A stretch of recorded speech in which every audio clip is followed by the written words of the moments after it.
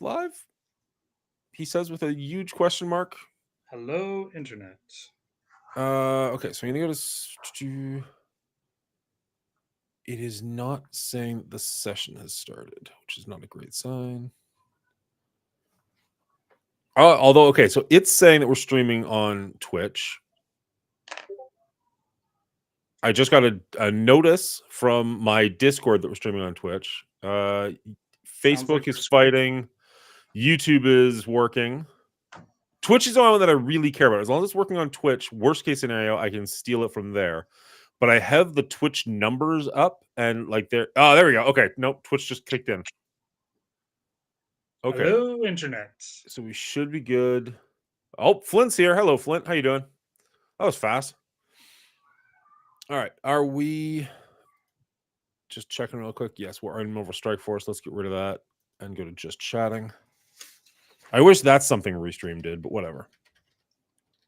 How you doing, Flint? That was awfully quick of you showing up. Appreciate that. All right. Twitch is working. Discord's going. I'm doing very well. We are fighting Jonathan's horrendous camera again. What's up, Green Tuckin? Was watching Dave and saw a notification. Nice. Simon Dave's good. That's awesome. All right. We are trying a different system, so do not try and attempt channel redemptions. I'm gonna actually put that in the chat. Channel redemptions are off. There's a new feature that Twitch is trying, and so I can't actually turn them off. So the best I can do is tell people not to waste their points. Here's hoping they can actually read. I'm sure Hefe can't. Thought he was away. He was away the last time we did this. He should be back now. Although he's dealing with something that I won't talk about on air. So Or this. Whatever. I'm gonna go till I manually unpin. Manually unpin or end. There we go. Cool. All right. We're not going to jump straight into it because obviously we wanted to go. But what were you going to say? You were saying you're having a hard time with your list. And also, let us know if the sounds are okay or if the sounds are off. You're saying you're having a hard time with your list. Now, this is going to be our top 5. Can I turn that off? I don't want that there. Oh, I don't want that there. All right. We'll figure that out later. It's showing me right on screen how many people are watching, and that just messes with me all the time. You were saying you're having a hard time with your list, your top 5 twist endings, and you're saying you can't even get to 5. I was cutting down a little bit, and I had a hard time once we actually determined what a twist ending was versus a shocking ending. That really messed with me a bit because all of a sudden I'm second guessing a lot of my choices. Yes, that's where I started to have trouble. And I'm like, do I even know 4 really good favorite movies that have a twist ending? So I was checking out some lists, and I'm like, yeah, I know that movie. I know that movie. There was some debate on a few whether I felt like they fit well. Yeah. I had And a then couple. I had a couple where the twist was amazing, but was the movie actually very good? Like, did it have any rewatchability, or was it just like a one-time, like one and done? I was like, oh, I don't know. So I've got some honorable mentions this time that are actually potentially as interesting or more interesting than the movie actually on the list. I don't know. It's gonna be a weird list. my list, I stuck to. Not a romantic comedy weird, but still. Sorry.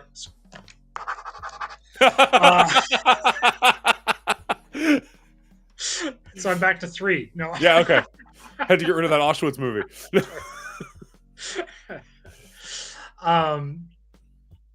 Yeah, I found it was difficult to like because there is that element where first off, if you go into a twist movie knowing it's a twist movie, you're so on guard. It's Yeah. so hard to get a good twist going.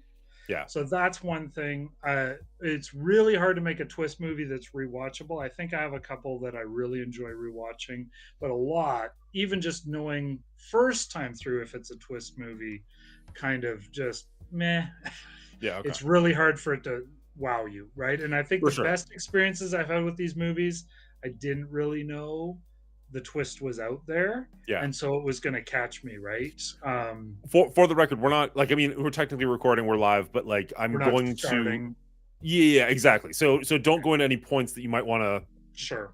bring up in the Revisit. main conversation, unless you are aware that you are going to be repeating yourself, which is also totally fine. I'm just That seems like me. Yeah, 100%. Now, whether you want me to or not. I gotta get some stuff open here on my phone. now we just found out, or I just found out at least, that you're actually coming to Ontario in a couple of weeks. That's right. 2 Are weeks. you willing to do a live show? Let's we did do it. Aaron Sorkin last 2 summers ago? Yep. Must have been 2 summers ago. I don't know. I was home the last 2 summers, so it could have been either. Okay. Now, my kids, I don't know actually. Yeah, I know my kids were watching and are mad about something.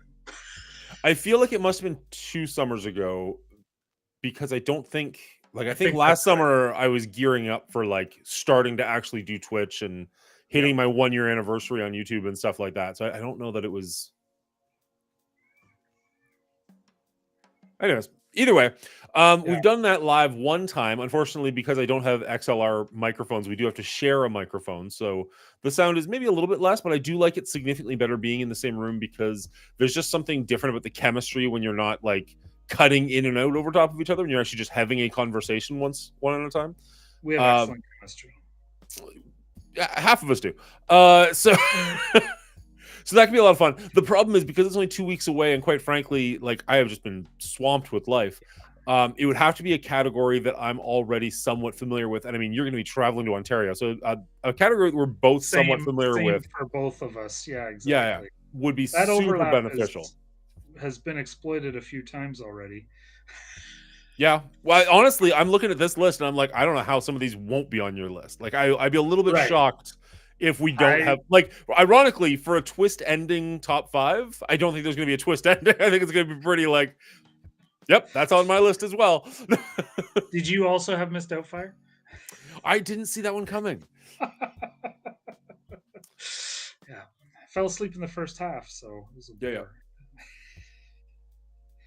Now, obviously, we've done Aaron Sorkin, and we just did animated, which as fathers is very easy to do. I'm not doing what Mom suggested. What? I haven't seen as much as she thinks I have, obviously. Well, and that's what I was thinking too. Is like I think you guys have seen more Bluey at this point than I have. That's for darn sure. What could we do that would make some sense? What we suggested one a while ago. I know that I write these down at the moment, but then I kind of throw them out afterwards.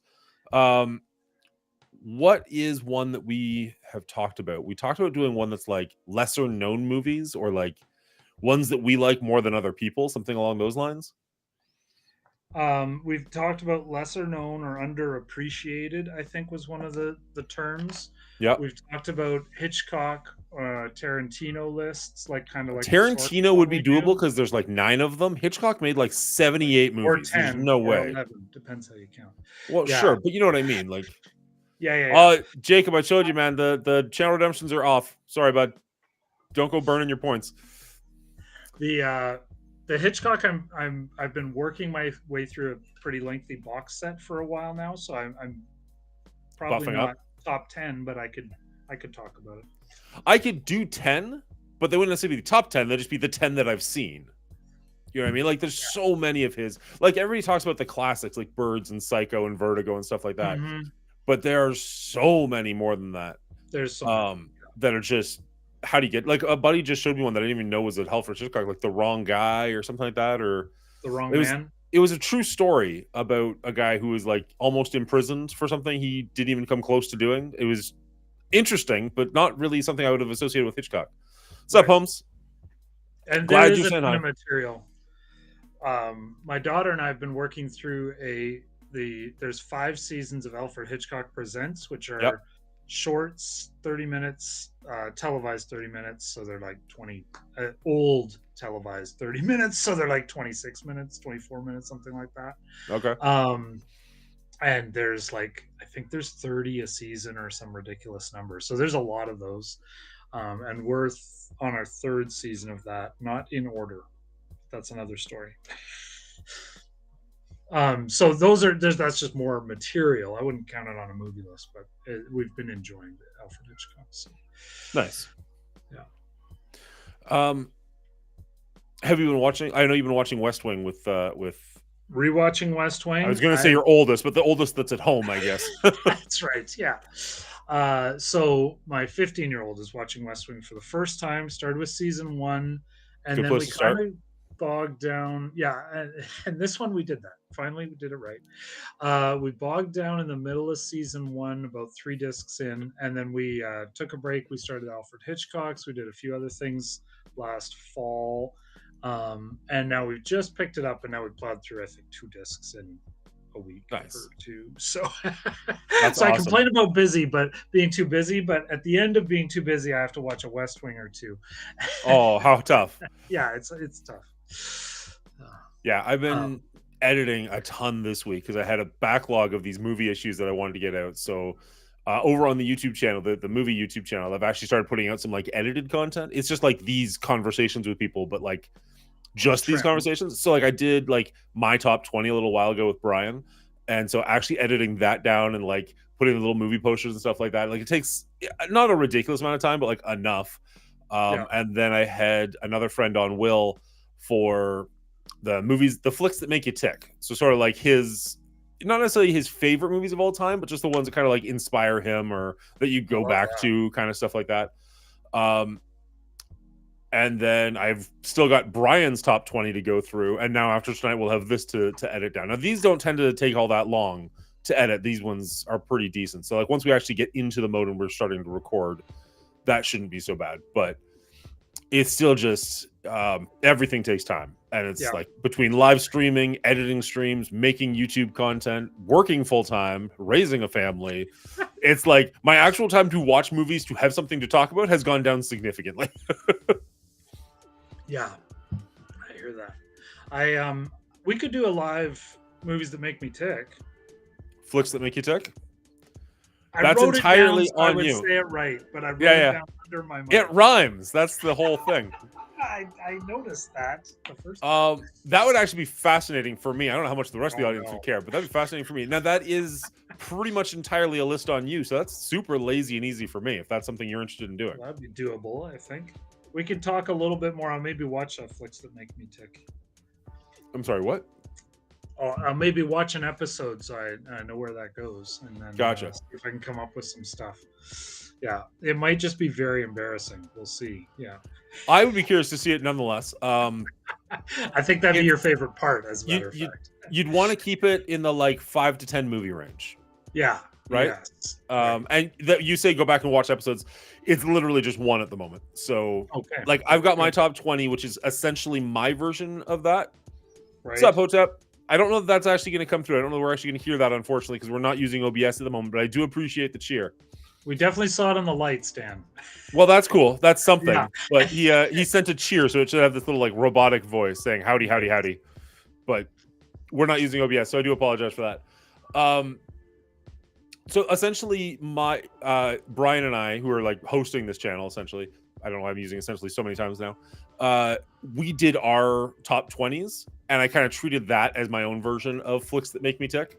Right. But for like guests and whatnot, I'd like to keep it to like 5 to 10, keep it a little bit shorter. So if that's something you want to do in 2 weeks, that would be amazing. Okay, that would be a potential topic. Cool. We had another really good one when we talked last time, and I forget what it was. The audience was throwing out a couple of decent options out there. For anybody checking in now, Jonathan is actually going to be in Ontario in about 2 weeks, and we can do a live episode. Well, I mean, this is a live episode, but like together in the same room. He would actually, you can see what he looks like without that ridiculous glare. But we need a topic. So we could either do flicks that make you tick or a top 5. If anybody has any ideas, feel free to throw that out there. Guess I'll have to make my own fart noises with blackjack and hookers. No, anyways. Jonathan does not get that reference. I might have missed a reference. Yeah. I hope that's a Marvel reference of some sort. It's not. It's not. It's Futurama. Yeah, fair enough. The Bender robot is getting kicked out of somewhere, a casino, I believe. I'll go make my own casino with blackjack and hookers. Forget the casino and the blackjack. Anyways, yeah, I'm actually. I kind of want you to do the flicks that make you tick now. I kind of want to go through that list with you. I think that'd be kind of fun. All right, we'll talk more. I'd be curious. I'm gonna make. Like. I'm gonna make my own list for you and just see how many I can get on there, just out of curiosity. In fact, You're gonna be so disappointed in me. Oh, all the time. You're gonna be Literally like, I did 100% not of the see time. Flintstones 2 coming. Yeah. Nobody sees Flintstones 2 coming, let's be honest. Yabba dabba do. Who knew he'd have so much Rosie O'Donnell in his top 10 list? What you should do, because I just edited out my top 20. Mhm. Take 10 minutes, not right now, but take 10 minutes. Put down what you think would be on my top 20 list and see how Nice. many you can get right. I'd be very curious what that score looks like. I'm not gonna do well. No, probably not. I bet there's ones on that list. Like There's a few I know some from directors I can deduce down a few, right? Can I? Yeah.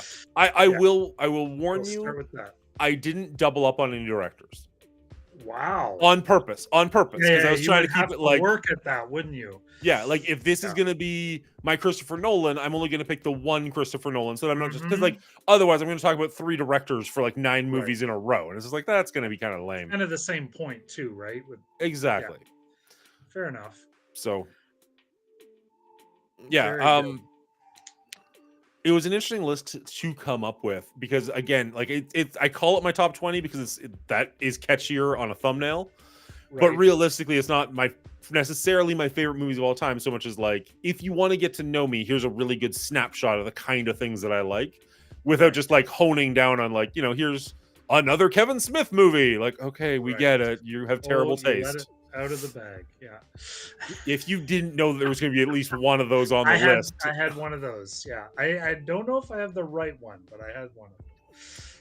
I don't know that I had the right one, but It was hard to narrow down. This list we're doing. No, today, actually, it came down very, very quickly. What my Kevin Smith was. That wasn't the problem. It was just Okay. more the like, how much judgment am I going to receive for this one? Yeah. Well, no matter what, right? Yeah. Yeah. Very good. Can you do a thing? And I don't know if this is like legal or not, but can you do a thing where you watch a movie live stream? So I know 'Cause that that's- people do This is something things. they do with like music and stuff too, right? First time you heard this, whatever, blah blah blah. So you can do reactions to certain things. You have to. I don't know can't just exactly what pirate the a rules movie are. on YouTube. You and definitely not- can't do an yeah. entire movie, but you could do scenes of a movie and have talking over top of it, and that Right. can sometimes you can get away with that. Like I just watched this channel, The Real Rejects, watched 8 Mile for the very first time, Okay. and they watched late significant to the portions game. of that. Oh yeah, but I mean, they watched the entire thing, but like you saw significant portions of it on screen, but in Okay. like 6-second increments, Oh, okay. I which thought maybe is they were super doing like, annoying when you're listening to a rap battle. That's amazing. But also like I've watched a lot of people do like song reactions, like oh my first time listening to Slipknot or my first time listening to Yeah, Avril exactly. Lavigne or something, and they'll have Metallica. like a minute and a half of song and then like stop it, talk for a little bit, and then play the other half of the song. So like I don't know exactly what the rules are behind it. I think you can technically do whatever you want as long as you're willing to not monetize it, which like spoiler alert, we're nowhere close to monetizing this channel, so it's not really my biggest concern. You're fine. Yeah.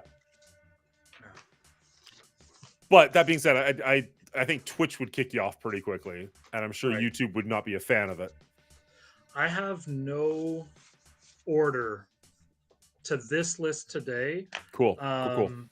Like I do have an order, but I could literally roll a dice and mess it all around. I don't have a strong feeling about any of the order. I'm just checking that. Yeah, really not.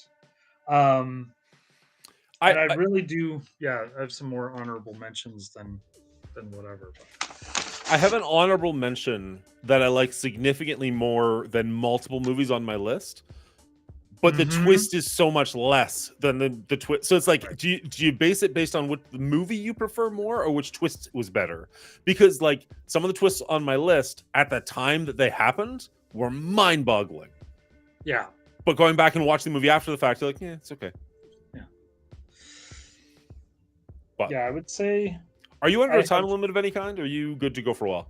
we're good to go for a while. What we're started. Are we starting?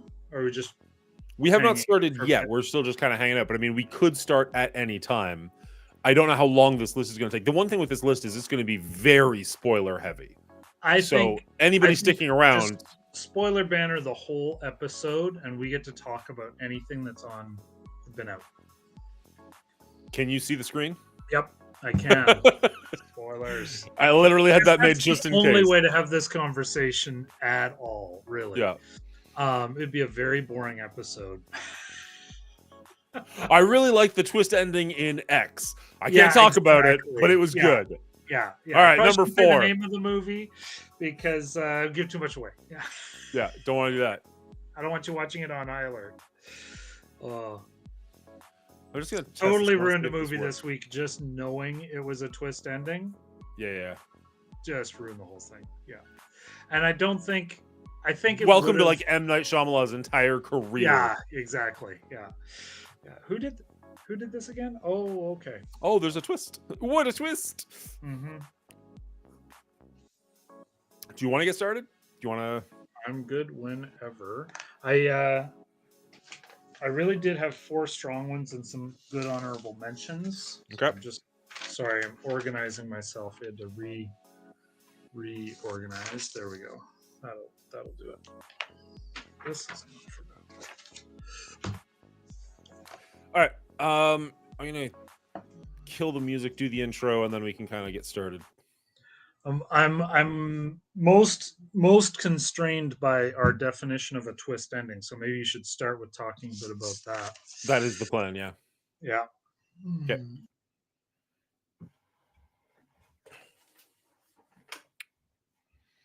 I can't hear you if you're talking to me right now. You're completely out of the picture. So yeah.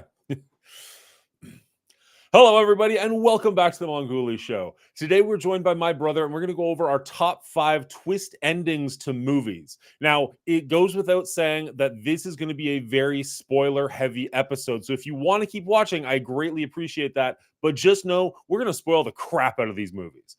Jonathan, how are you doing? Are you ready to talk about your twist endings, your favorite twist endings? I am all set, and I'm feeling great. Fantastic. Now, I've it's been worth fighting a cold mentioning... all week, but I am feeling great now. Cool. Sorry. We'll just edit that right out. Yeah, that's All probably right. for the best. Yeah, most of this.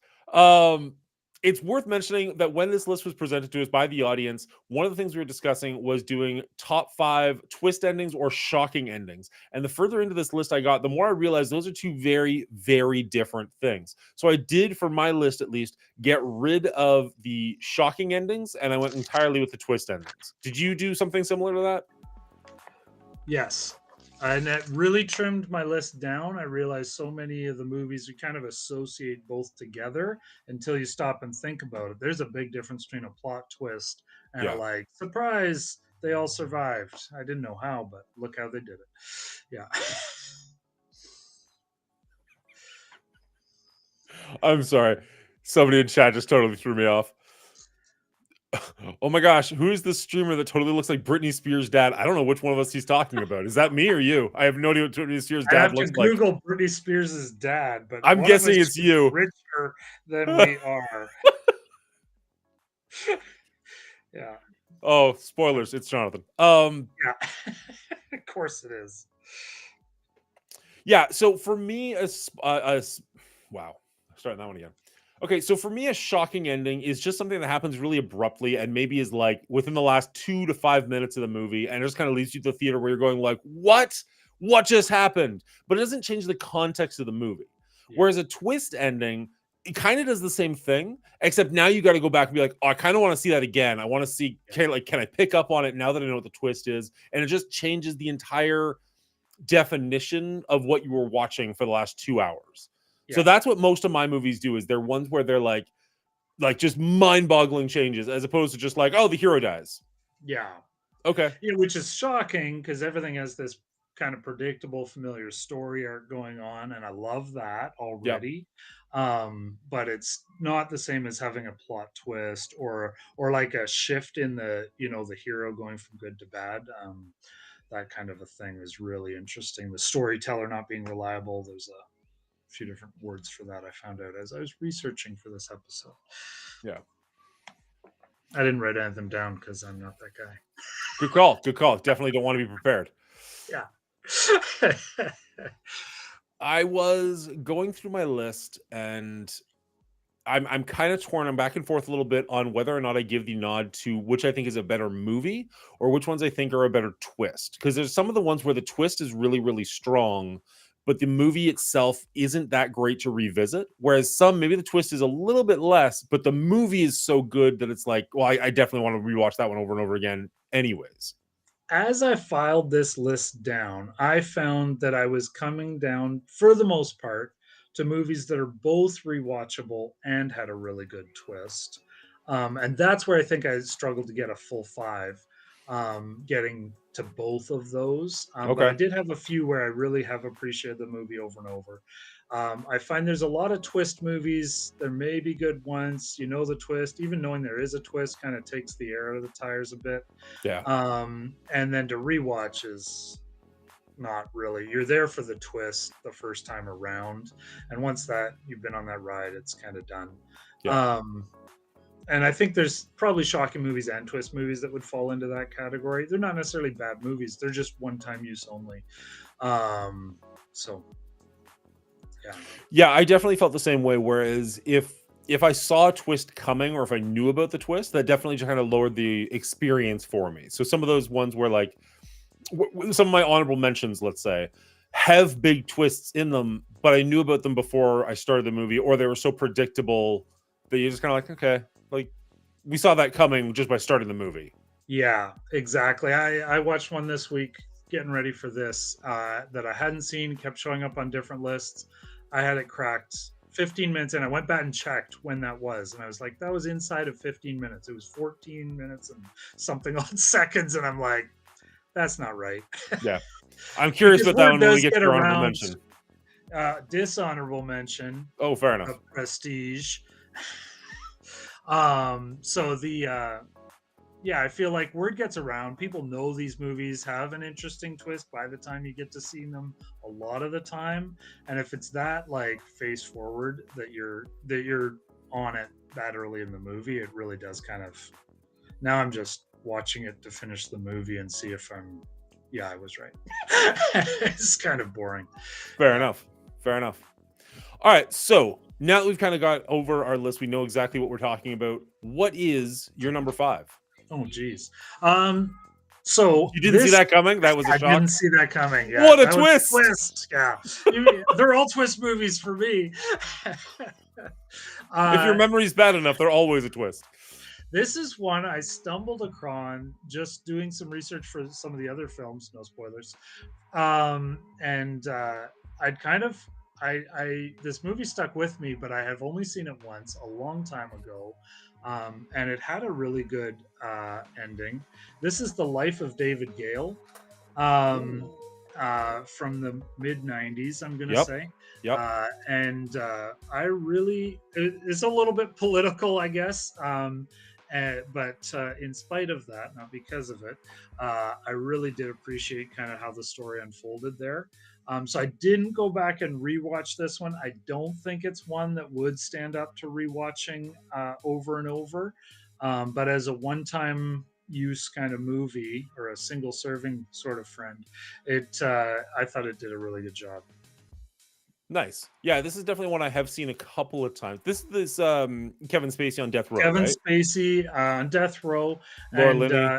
if we want to go ahead and No. spoil right now, because I love spoiling, the plot twist is that he's this anti-death penalty activist, and he basically constructs a scenario where he will get wrongfully convicted of a crime, put to death by the death penalty, and then after he's killed, it will come out, he will leave proof that would have exonerated him to demonstrate the flaws with the death penalty. So, like I said, a little bit political flavor to it, but it was a really well constructed twist, I thought. And probably going back to it, probably not that rewarding. So I kind of left it alone on purpose. Yeah.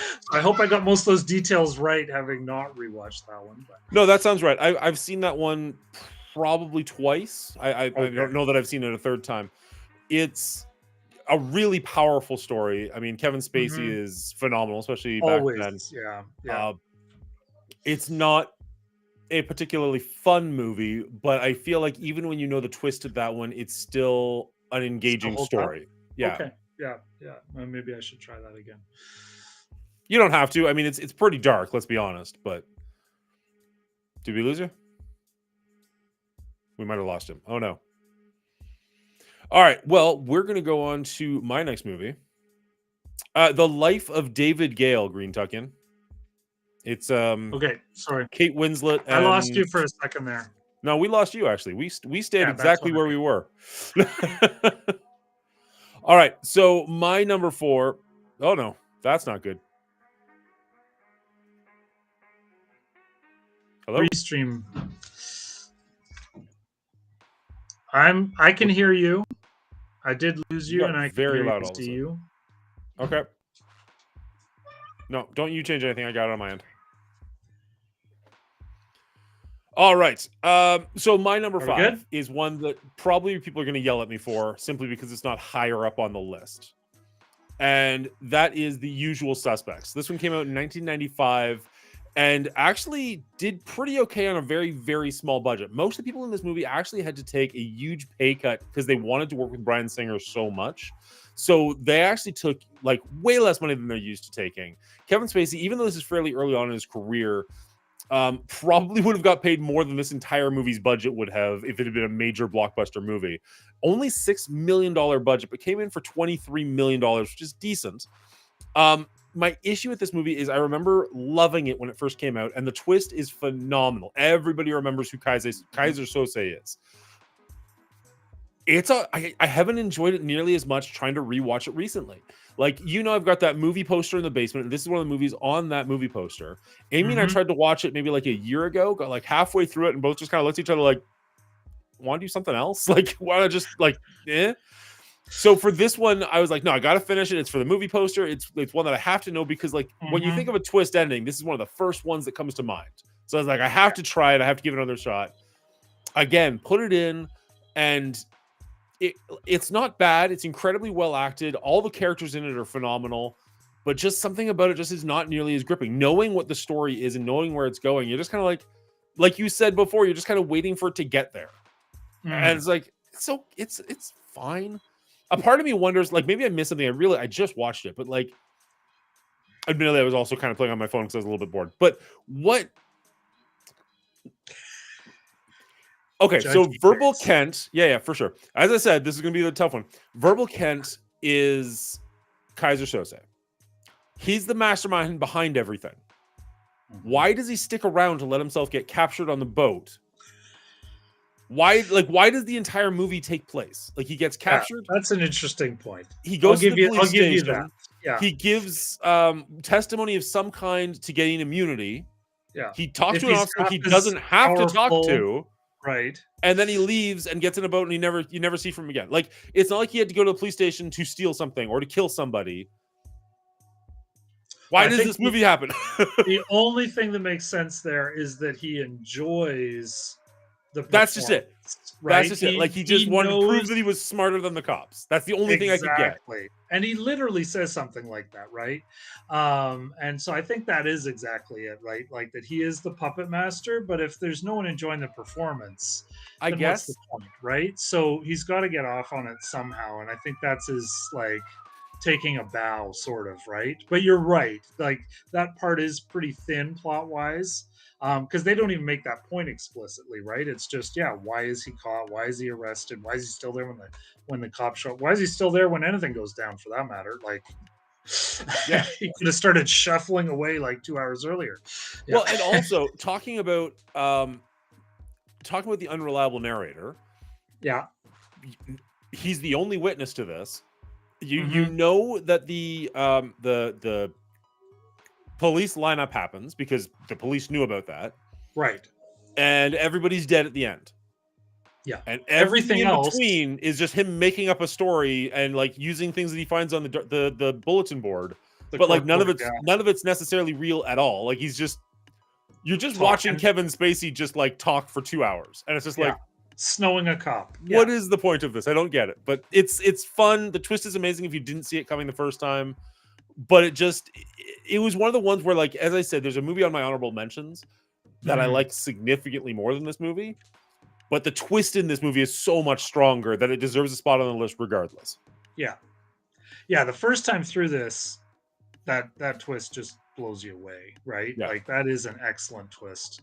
I remember watching this on video, so I think that I'm part of the problem with that $23 million gross, uh, because I think it had more legs than that, and I think it came out across on video. I 20 think it had a longer life later $23 on. million in 1995 for a $6 million budget is not bad at all. Oh no, and That's a that's good return on investment. for sure. Yeah. And it was definitely part of that whole like lower budget, very interesting plot, very interestingly Yeah. acted 90s indie scene that was kind of going on. It's not really indie, but you know what I mean? Yeah, I know. Kind of taking that flavor to the box office, right? And so yeah, I on the other hand, I really enjoy this movie. I rewatched it with my kids, getting ready for this show. Two of them had never seen it. Obviously older kids. I hope so. I call them all kids.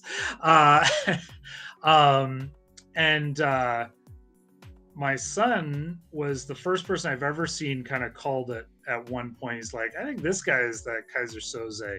And we're like halfway or so. And I was like, nobody's ever said that. But he also said about 9 other things, just talking nonsense. So he doesn't get full credit for that. I think this guy's Kaiser Soze. Or maybe that guy's Kaiser Soze. That bird might be Kaiser Soze. Recognizables on screen, yeah. But yeah, half marks anyway. Yeah. It's always the dog with the shifty eyes. And in fairness to you and your low attention brethren, my kids were also playing on their phone at one point, I think, during the movie. And I was like, guys, come on. It's also like the ninth time I've seen that. it. So, yeah, I would say I'm probably there for sure. And I enjoyed it again. I'd seen it about 3 or 4 years ago, recently-ish. Okay. Probably maybe before, during early COVID. And watching it again now was still enjoyable. These are phenomenal actors in this movie. It is such a well acted movie. Yeah. You don't see a lot of other stuff by Stephen Baldwin, but as far Benicio del Toro, Gabriel Bryan, and Kevin Spacey, like, yeah, it's a great cast.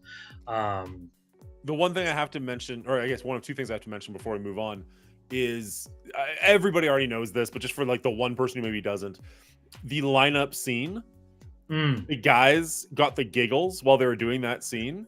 And so the fact that they're laughing and carrying on is 100% accurate. Like that's actually what they were doing, to the point where Bryan Singer was pissed off at them. Like, guys, get it right, get it together. And they just couldn't. They just were like, now they're just having fun making each other laugh. And so they just like ended up like, F it, call it for the day, just moving on. And, nice. and had to come back to it the next day, kind of a thing. But then they ended up keeping that in the movie because it made them seem even actually more like hardened criminals. Right. They're pissing off Bryan Singer just like they'd piss off the cops. Yeah. Yeah. So that was actually pretty fun. Also, I was looking up into this one because I thought this movie was fairly English. I thought this movie was fairly unanimously loved.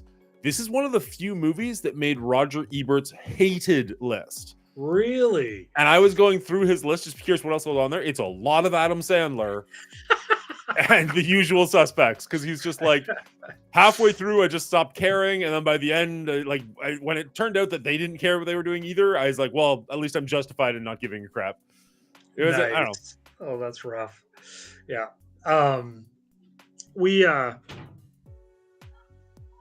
Sorry, lost the thought there. As far as you were talking about it being sort of divisive, I was a little bit the other way, like putting this on. Okay, so I'll just talk about this as my number 4. Is this your number 4? Already there. It is now. Okay. Well, just one quick second. I just want to recap. Sure. Trash Can Joe's asking, what movies we've done so far? We've just done our top 5s. Jonathan's was The Life of David Gale, and mine was Usual Suspects, which we're going to continue talking about for Jonathan's number 4, apparently. That's right. Yeah. Sorry, go ahead. We're pretty much done talking about it anyway, so I thought I might as well. I had said before I started that this list had no really hierarchy for me. This is one that I did have on my list. It is one that I've enjoyed. It's one that I think I I owned on DVD back in the day, so it's one I've seen quite a number of times. And really, at its heart, this is a '90s heist movie, right? There's a lot of every era has kind of a distinctive flavor of their heist movie, Yeah. and this feels like a '90s heist movie, right? For the most part, it's interesting because they're going to rob the scene with robbing the New York cops. They're going to rob the diamond jeweler. They're going to set this up, and so that's really the interest of moving the plot along. Um, and then there's kind of this bigger story arc with the big plot twist finish and stuff, but really it's just you've got these great actors, and even the cops, you've got uh good actors Pull it there. out. John Cameron, yeah. um and so yeah, anyway, I enjoy it obviously more than you. I've enjoyed rewatching it more than you. um but yeah, that was definitely in my top 5. Now I've got his name all wrong. It's like Giancarlo Esposito or something, but that's not quite right. But it was really interesting seeing that he was in this too. And he's like, oh man, he's young in this. Yes, I'm yeah, used to seeing a much older version of him, but yeah, and a lot of people are young. Like, this is Kevin Spacey's like kind of third really big movie. He was in all sorts of TV stuff and stuff Yeah. in the '80s, but this is after Swimming with Sharks and it's going to escape me, but kind of early on for him. But him landing, like kind of anchoring this twist, I think really propelled him and on top of the other movies he was doing. I mean, Swimming with Sharks was still kind of an indie film, I think. So yeah, I'm not familiar with it. and then you would enjoy it. Fair enough. Another list altogether. Yeah, but yeah, that's another whole thing. Swimming with Sharks. I have all these pieces of paper that I just like write movies down while I talk, and then the next day I'll like clean up the desk and throw them all away and like never actually look anything up. Never look at them again. Yeah, it's a good system. It's working for me. All right. I was realizing, looking at IMDb, I could pretty much do like a '90s 90s list of Kevin Spacey. So not problematic at all. No. Yeah. We didn't know. We didn't know better. I mean, if you can separate art from artist, he is a phenomenal artist. Yeah. Anyways, I grew up watching a lot of Cosby shows, so this was nothing. Wow, going just straight for it. Okay. Editing to begin with. Uncancel me. Yeah, well, we'll see. All right, so moving on to my number 4, if that is your number 4, is another one that's kind of like mid-90s. This is another one that put an actor absolutely on the map with Ed Norton in 1996's Primal Fear. You familiar with this one? This is one I wanted to rewatch this week and I didn't get to it. I remember watching it and enjoying it. You go ahead. Sorry. No, it's all good. It's all good. This is one that we did rewatch. Amy and I rewatched this one couple of days ago, but I've thought about it recently and I was like, I'd kind of like to see that again. It's not really on anything, but I had a buddy who owns it and I was like, all right, I'm going to come steal that, and I stole all the Mad Maxes from him, so I'm going to be going through those for another show later on down the road.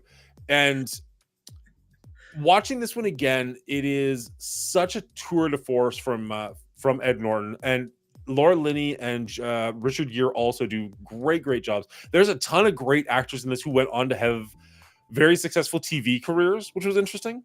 Like Laura Linney was on Ozarks. You've got I had all these characters written down. You got John Maloney went on to Frasier. Andre Braugher went on to Brooklyn Nine-Nine, and seeing him young and in shape was interesting. Terry O'Quinn went on to Lost. Mara Tierney went on to News Radio and ER. Laura Linney went on to The Big C and Ozark. Like, just stacked cast, but for television. Yeah. You know what I mean? It was an interesting one. Anyways, so this is a story of a young man who kills an archbishop in a very religious town. Like, he's a very well-loved archbishop. Everybody knows him. And this took place, I mean, I don't want to say it's before people knew that there was something going on with the church and, molestation, but like before it was a major thing in the headlines. So when it comes out that he was molested, or he was actually recording them molesting each other, that was surprising enough in 1996. But you've got Ed Norton playing this very, very shy, mousy character, stuttering, can't quite get over himself, is terrified of everything, and he's supposed to be the number one murder suspect. Richard Gere is his lawyer, and he's trying to prove that he didn't do it. Well, it becomes apparent that this kid actually has multiple personalities, and one of the personalities is this man named Roy, who's very violent, very aggressive, and willingly admits to killing the bishop. Like, has no problem saying, yeah, I absolutely did that. So then Richard Gere has to try and change the the defense into one of insanity, which the judge is very against. Like, the judge is like, no, you have to plea that. You can't change that halfway through. That's crap. You can absolutely change a plea halfway through, but okay. There was a couple of lawsuit scenes in this where I was watching now as an adult, and I'm like, that's not accurate at all. Okay. Yeah. Had to kind of just roll with it. And in the end, you find out that he does, in fact, not have multiple personalities, but he's not the shy kid. He's actually the aggressive boy, and he just faked it the entire time. Nice. I thought you said you were familiar with this. I've seen it back then. I saw it originally, like brand new, paid the $17.99 to rent it at Blockbuster back when it was $3.99. Fair enough. Yeah. This is it's still a really interesting watch just for the actors in it, more so than for the story itself. Again, I found some of the lost scenes really, really frustrating. And ironically, are you familiar with the YouTube channel Legal Eagle? No. Okay. So, for one, I've got some links to send you after this because he's phenomenal and you'll like him. It's a real world lawyer who goes over movie and TV show law. Okay. Yeah. I think I've seen clips of him. Yeah. Okay. And so he just, ironically, within like a week, put out a video on Primal Fear. And I was like, well, that's convenient. So I was watching that. And he's doing the same thing I'm doing. He's like, that's not how the law works. And like, they allow a witness to give testimony that they are nowhere close to being an expert in. But then they like silence a witness that is actually an expert in something for giving expert testimony. You're just like, what is going on in this law room? Like, courtroom. Right. This doesn't make any sense. Like, there's a couple of things that bother me on that sense, but I still really enjoyed the movie. The twist is phenomenal the first time you see it. Now that I've ruined it for you. And again, this is Ed Norton's very, very first performance, which is incredible. And it really did put him on the map. Got him an acting, what is it called? The runner. Oh my goodness. A nomination for supporting actor. Yeah. Apparently they wanted Leonardo DiCaprio for this role, and he turned it down, which I think would have been an incredibly different movie. I like Leonardo DiCaprio a lot, but I think this was Ed Norton's performance to do. Yeah. And Matt Damon chased this one really, really hard, didn't get it, and so he went back to his apartment, disheveled, talked to Ben Affleck, and they decided, you know what? We should just make our own career-defining movie. And from the failing on this one, not getting this part, is actually what led to Good Will Hunting. Nice. Which I think is absolutely incredible that they took that failure and turned it around and made it one of the biggest successes of their careers. So I'm very happy that Ed Norton was in this. I think he did a phenomenal job, but I'm also really happy that led to Good Will Hunting. Yeah, that's amazing. What a good story. Yeah. All right. What is your number 3? My number 3 is... Wait. Sorry. Bubba Hotep. Oh no! Lives in the Ozarks. The show rings true. Have you ever seen the Ozark, Jonathan? I've seen enough to be very concerned for poor Bubba Hotep. That's exactly what I was just thinking. Wow. Yeah. Time to move, bud. Do you need help? Do you blink twice? We can't see if he blinks. That's right. Yeah. Good luck, sir. Good luck. All right. Sorry. That is awfully sad. Yeah. Move on with your number 3. Number 3 is a movie I actually watched for this prep. I had not seen before. I've heard a lot about it over the years. And it kind of goes back to this same era. But this is Memento. And yeah, I know. Whatever. Memento? Yeah, Memento. Okay. You've never seen Memento? Yeah, that was the lead. I thought you missed that. Okay. Well, no, it just took me so far. Memento. I've never seen Mementos. Memento. The Fresh Maker. Memento. Sorry, we'll have to edit all this out. Did I stutter? No, just pronunciation was interesting to me. Anyways, sorry, go ahead. I'd never seen it. I'd heard about it. I knew it existed. I knew people liked it. I knew it had a twist. Something about it. Maybe I'd seen too many trailers. I hate long trailers, but I was like, okay, whatever. Um, and so I watched a bunch of movies for this one, and this is one of the only ones that I hadn't seen before that I actually enjoyed. I found going to, looking for twist movies and then watching them because they're a twist movie and hoping the twist pans out was fell flat a lot. Yeah. But this is one that it worked. Knowing it was a twist, there was still a good twist. I guess I don't have to worry about spoiling. But when you realize um, that he's in full control of what he's doing, not that he doesn't have the memory loss, but then he's actively going to make a choice, right? To do something wrong, right? Like it just feels so weird. Like that was such an interesting way to twist the story. So I was kind of on alert and I'm like, okay, this is going to be the twist. This is going to be the twist. And I still kind of felt like I got caught off guard. I'm like, oh, he's just evil. I get it. Okay. Yeah. Fair enough. Very interesting twist. Yeah. So this is one that I considered, but I ended up putting more in the shocking category than the twist ending category, and maybe Yeah. that's on me. I love this movie. I saw this one back Really? Okay. in like high school or something. I actually tried to watch this with mom and dad, and I think dad just tapped out pretty fast. He's like, I don't understand what's happening here. For anybody who's not familiar, this movie, we talked about it with Cleaning Agent like a week ago or something. The movie takes place in two different time loans. So you've got a color version and a black and white version. And if you think about it, kind of like a horseshoe. So like they're both starting at the same place. Well, they're both starting and moving towards each other. So at the Yeah. ending is where the past and the present are mixing. Yeah. But because the main character is a very unreliable narrator, he actually has some form of dementia where he can't make new memories, or he can't make them for very Brain long. injury. Yeah. Yeah. You're seeing flashes of the movie, and it's intertwined with the present and the past. In the present, he's on a phone call, and in the past, he's living through different things.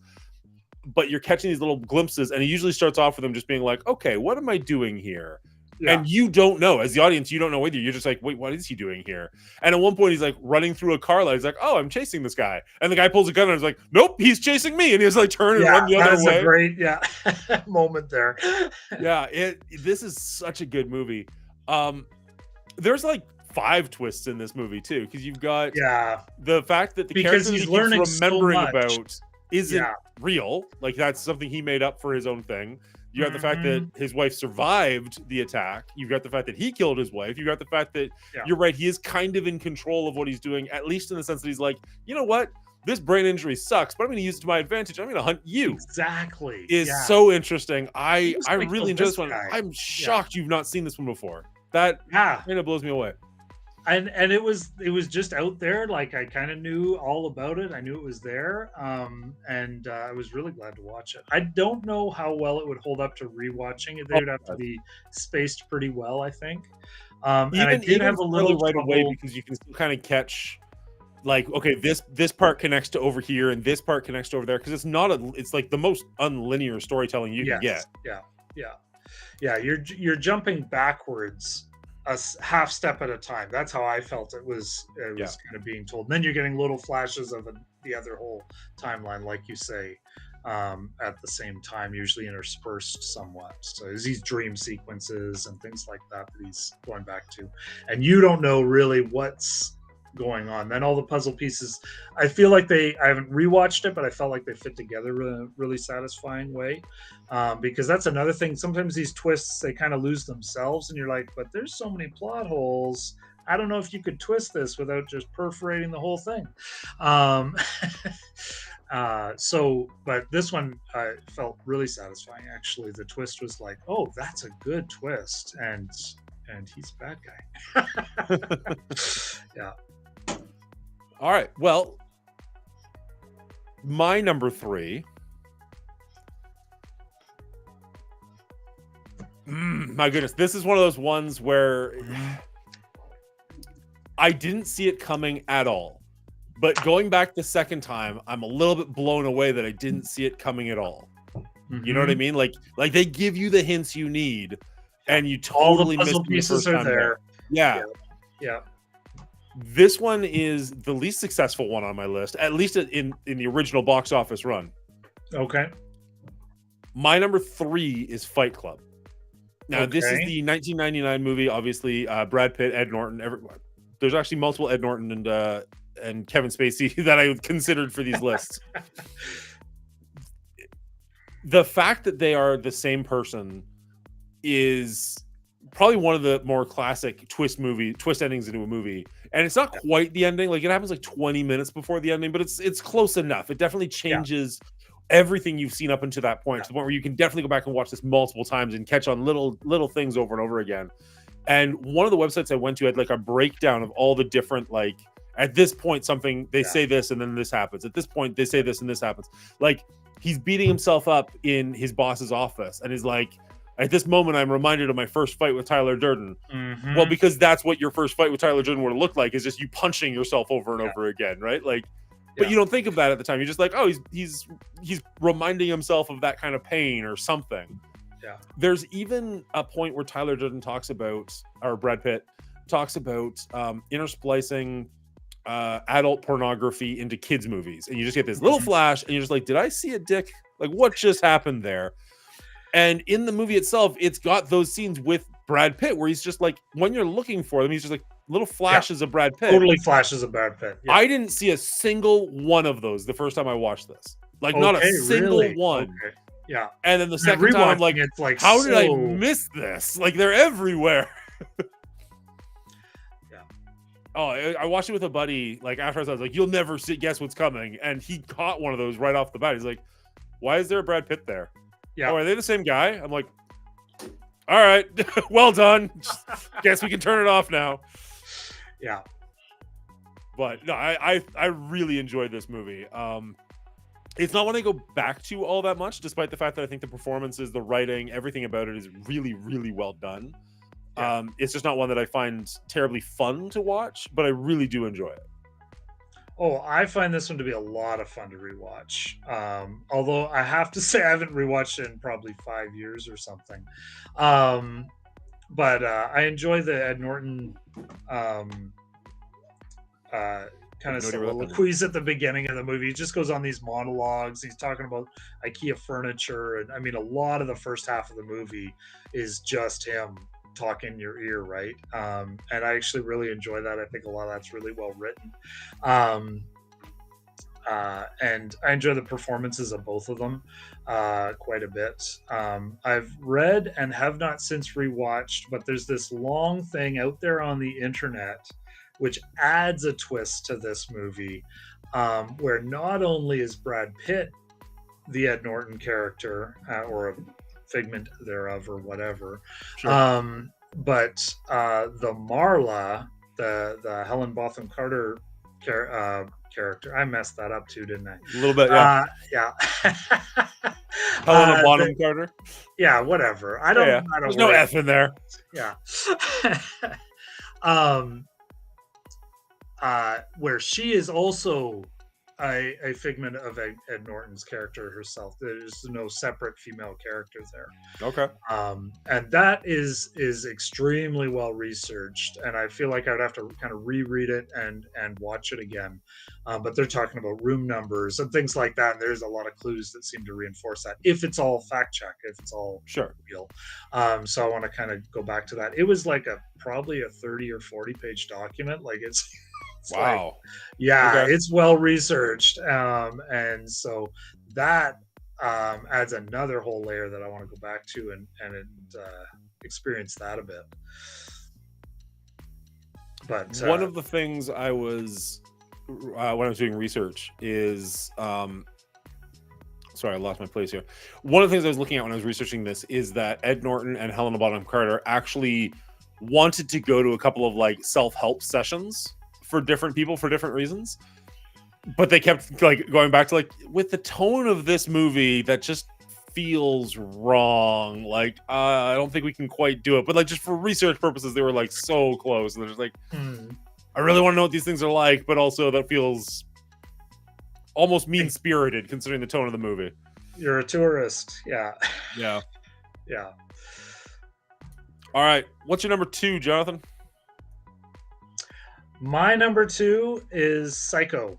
Alfred Hitchcock's Psycho. This is one, of course, it's been around for longer than I've been alive, but this is one I kind of hunted down and watched on my own. I was not big on horror movies. Didn't really, in my mind at that point, I would have classified this as a horror movie. And so watched on my own somewhere in my teen years sometime, knowing it was kind of a classic, but not really knowing much else about it. Um, and really enjoyed it. And this is one I've owned on VHS, I've owned on DVD, and gone back to a number of times. And the twist is significant, but I feel like there's. I mean, I can't say anything that hasn't been said about Psycho. Don't spoil the 67-year-old movie. There's a whole thing online that this movie and Alfred Hitchcock marketing this movie pushed for no late admittance into the theater because of the plot twists and not wanting people to miss any of the ride. I don't know how accurate that is, but there's a lot of that out there talking about that. He also had a campaign for trying to convince people not to tell their friends about the twist. Yeah. Like, let everybody just experience it. Which, I mean, for good luck nowadays. Nowadays, things are spoiled 6 months before they come out. Right. Yeah, that's very interesting. There's kind of two twists in this movie. A minor one where, you're following this character for an hour and then they're dead. And the movie's not over. And you're like, well, that's what's happening now. Yeah. Who do I latch on to, right? Well, she was a pretty big star at the time too. Like, she wasn't like a nobody. So she's the reason you're going to watch this movie. And like, oh, like, whose movie is it now? Yeah. So that was really interesting. And then, of course, the big final twist. You're thinking there's this evil mother just browbeating this poor kid, and then of course, the big reveal when they find her in the basement. And so that's huge. Also, the just in the cinematography, we were talking about those flashes in Fight Club. There's this melting face scene where, and at first I thought it was kind of subtle, but it gets pretty obvious on the rewatch. But where you're seeing, the Bates character, Norman Bates, Anthony, and he's doing a lot of acting with his eyes, right? But there's just that final shot, and they fade in a skull over the face. And like I said, it's pretty obvious on rewatch, but it starts off very subtle, and then there's for the time some photography going on there as well. So just a brilliant idea for a shot. Yeah. So this is one that you owned on VHS. So I know that I watched this a lot in high school ish. And I really, really enjoyed it at the time. I still really enjoy this one. Don't get me wrong. But that was the only Hitchcock I'd ever seen at that point. So it was like, oh my gosh, I really like Hitchcock. And now that I've explored more Hitchcock, I'm like, Psycho's great, but I really like these other ones just a little bit more. The twist in this one is good, is great. Probably, I sincerely did it was one of the first twist endings, but maybe one of the first big twist endings. But the problem is, this one was actually spoiled for me by a camp counselor back like when I was like 10. Like, I don't think I even knew the name of the movie at the time, and he was like talking us through a couple of different movies that we were probably way too young to actually be able to watch, like The Good Son and a couple other ones. And he's like, okay, all right, everybody's going to bed. All right, let's talk through this movie. All right, this is the story of Norman Bates and his hotel. And we're just like, oh, yeah. So I don't know if I'm more offended by the bad camp counseling or the bad movie spoiling. They're both so bad. Yeah, he wasn't great. So this is on my honorable mentions list. Not because it's not a great movie, not because it's not a great twist, but because, like you said, like when you know it's coming, it's just not the same thing. Yeah. And for this one, I mean, it's from the 1960s or something. Like, everybody knows what the twist is to this one, but I can still appreciate it. But it doesn't it doesn't hit the same way when you know it before you even start the movie. Yeah, and I feel like Alfred Hitchcock really he really liked exploring the twist ending, messing with the audience, keeping the audience in suspense, not knowing what's going to happen next, playing with the story arc. So I was alluding to earlier watching like Alfred Hitchcock Presents. There was also for like 50 years there's been this Alfred Hitchcock magazine which just publishes short stories. Um, and a lot of that whole genre does kind of revolve around kind of twist endings, keeping you guessing, surprising you. And so this is something he's done a lot. And it was a little bit difficult. Like, do I rewatch 400 Alfred Hitchcock movies? Um, but yeah. So anyway, the this was one I didn't have to rewatch, so that was part of the reason it made my list. Also, because I watched it relatively young, I hadn't had it spoiled for me, and so it was kind of like one of my first forays into kind of choosing a grown-up movie, watching it on my own, Yeah. and that sort of thing. And yeah, really enjoyed it, and it's one I've enjoyed going back to. But yeah, you could say a lot about. You could probably do 5 all Hitchcock twist endings. Oh, yeah. But I really like this one, and probably just didn't have my guard up for it in the Yeah. same way as a lot of other movies uh, later on. So All right, Jesse wrote us a bit of a novel here, but it's actually a legit post, so I want to read that out loud. The Psycho late admit thing is true. Up until the mid 60s, movie theaters played movies constantly all day, A and B pictures. A main studio pick, Paramount, Columbia, MGM, etc., as the A, and then a B, cheap or indie studio. Psycho was definitely a leader in changing the theater system into block time movie starts, and other directors like William Castle and his shock movies embraced it also, and slowly over the 60s it changed. But Psycho is definitely a leading factor in the changing of how movie theaters moved into what we now know for the time scheduling blocks. See, Jesse, when you actually post real information, it's interesting. As opposed to the 9 other things you posted that I completely ignored. All right. You good with that? I'm good with that. All right. Are we on number 2s already? Is that your Psycho? Was your I think number 2? that's time for an honorable mention or so. Well, let me do my number 2 if that's where we're at, and then Yeah. we'll go from there. So my number 2, you've already mentioned in a negative light, so I'm super curious how this is going to go. I am ready for this. If that's the one, it certainly is. You're checking around if there's kids so you can swear. there are definitely kids. All right, we're actually on ads for a second, so I'm going to just give it a second. Frozen. You know what? Somebody posted earlier that like I didn't see the twist coming in Frozen. You're 100% right. I didn't see that twist coming in Frozen. It doesn't make my list, but I didn't see it coming. Yeah, the first time. The 900th time I saw it coming. That's for darn sure. Oh my word! Freaking 3 daughters. Oh, okay. I think we're back from ads at the moment. So my number 2 is one that we've already discussed. You're not a fan of. I really like this one, and that is Christopher Nolan's The Prestige. Okay. Now, admittedly, the twist isn't as strong in this one as in some other movies, but I think the movie itself is so incredibly strong around it. It's so rewatchable. It's really, really fun that I can still justify putting this one higher up on the list. Now, that being said, I didn't see the twist coming in this one, but I also wasn't anticipating there being a twist. I was just watching a movie about 2 dueling magicians in a year where there was like 3 movies about dueling magicians. So between The Illusionist and Scrape or Scope or something, and then this one was far and away the best one of the 3. I think the acting in it is phenomenal. I love Christopher Nolan. This is maybe one of my favorite Christopher Nolan movies. Not my favorite, but really far up there. I'm so curious what you're so against in this movie that you like. You sound bored. You sound like you're just totally against it. Like what about this movie just turns you right off? I really enjoy. I think it's a well-made movie. I really enjoyed the cinematography. I really enjoyed the directing. I love both of these actors. I thought they both did a good job. And it sucked. You gotta give me more than that, bud. I cracked the first twist at like the 14-minute mark.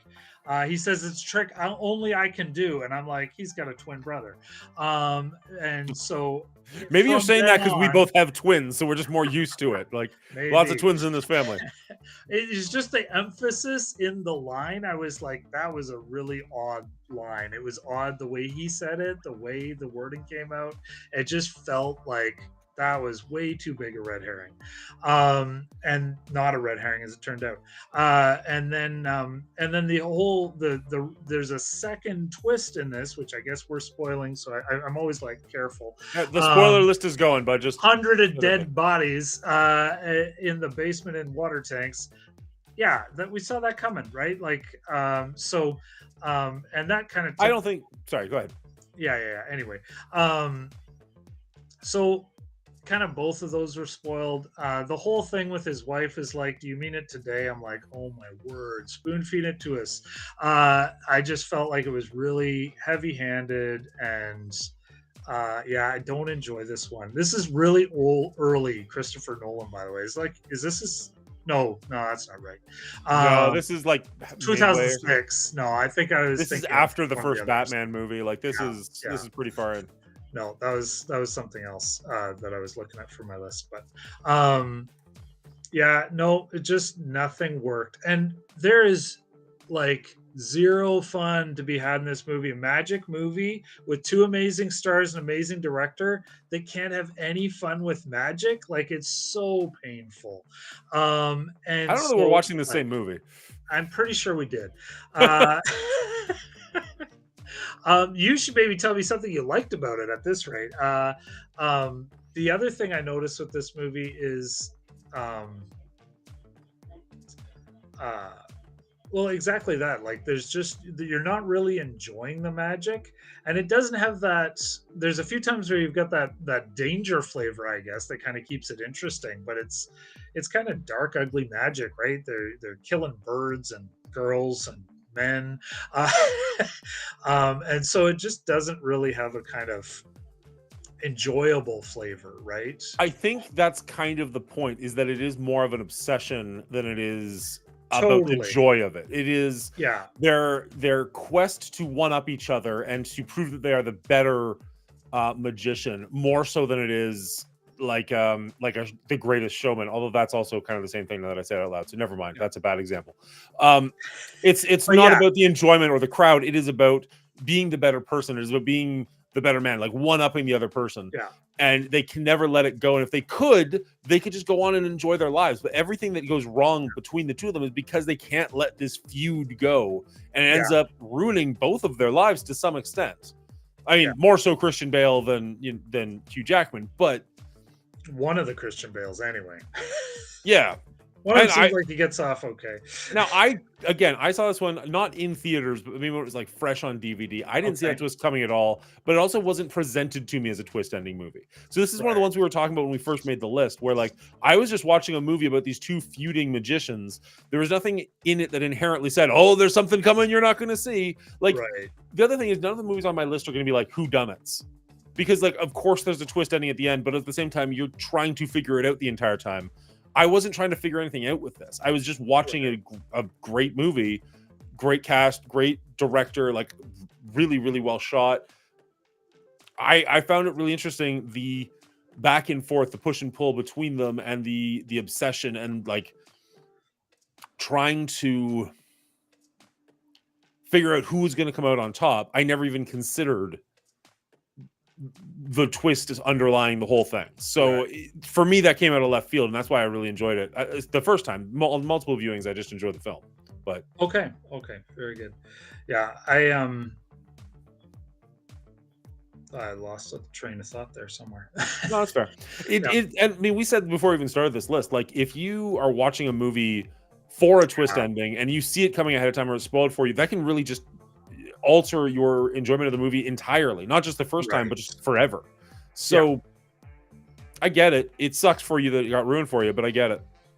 Yeah, and really it was only ruined by knowing it was a twist ending. It showed up on a bunch of these lists as these are good twist movies, and I was kind of looking at those lists. I don't even like to look at them because of that, I was kind of looking at those just to make sure I hadn't missed anything obvious, or I'd be like, oh yeah, that movie. I wouldn't have thought of that, but that's a great movie for this list, that kind of thing. I got some honorable mentions. I was like, oh yeah, those are kind of, but nothing that really made the list. I looked at a list and it had me laughing because it's like, oh, the top 100 movies. I'm like, okay, cool. This is gonna be a good list because I've got like 9. So like, let's see what else is on there. And Yep. almost every one was like, well, not a traditional twist ending to the movie. It was really interesting that the main character died at the end. You're like, that's not a twist at all.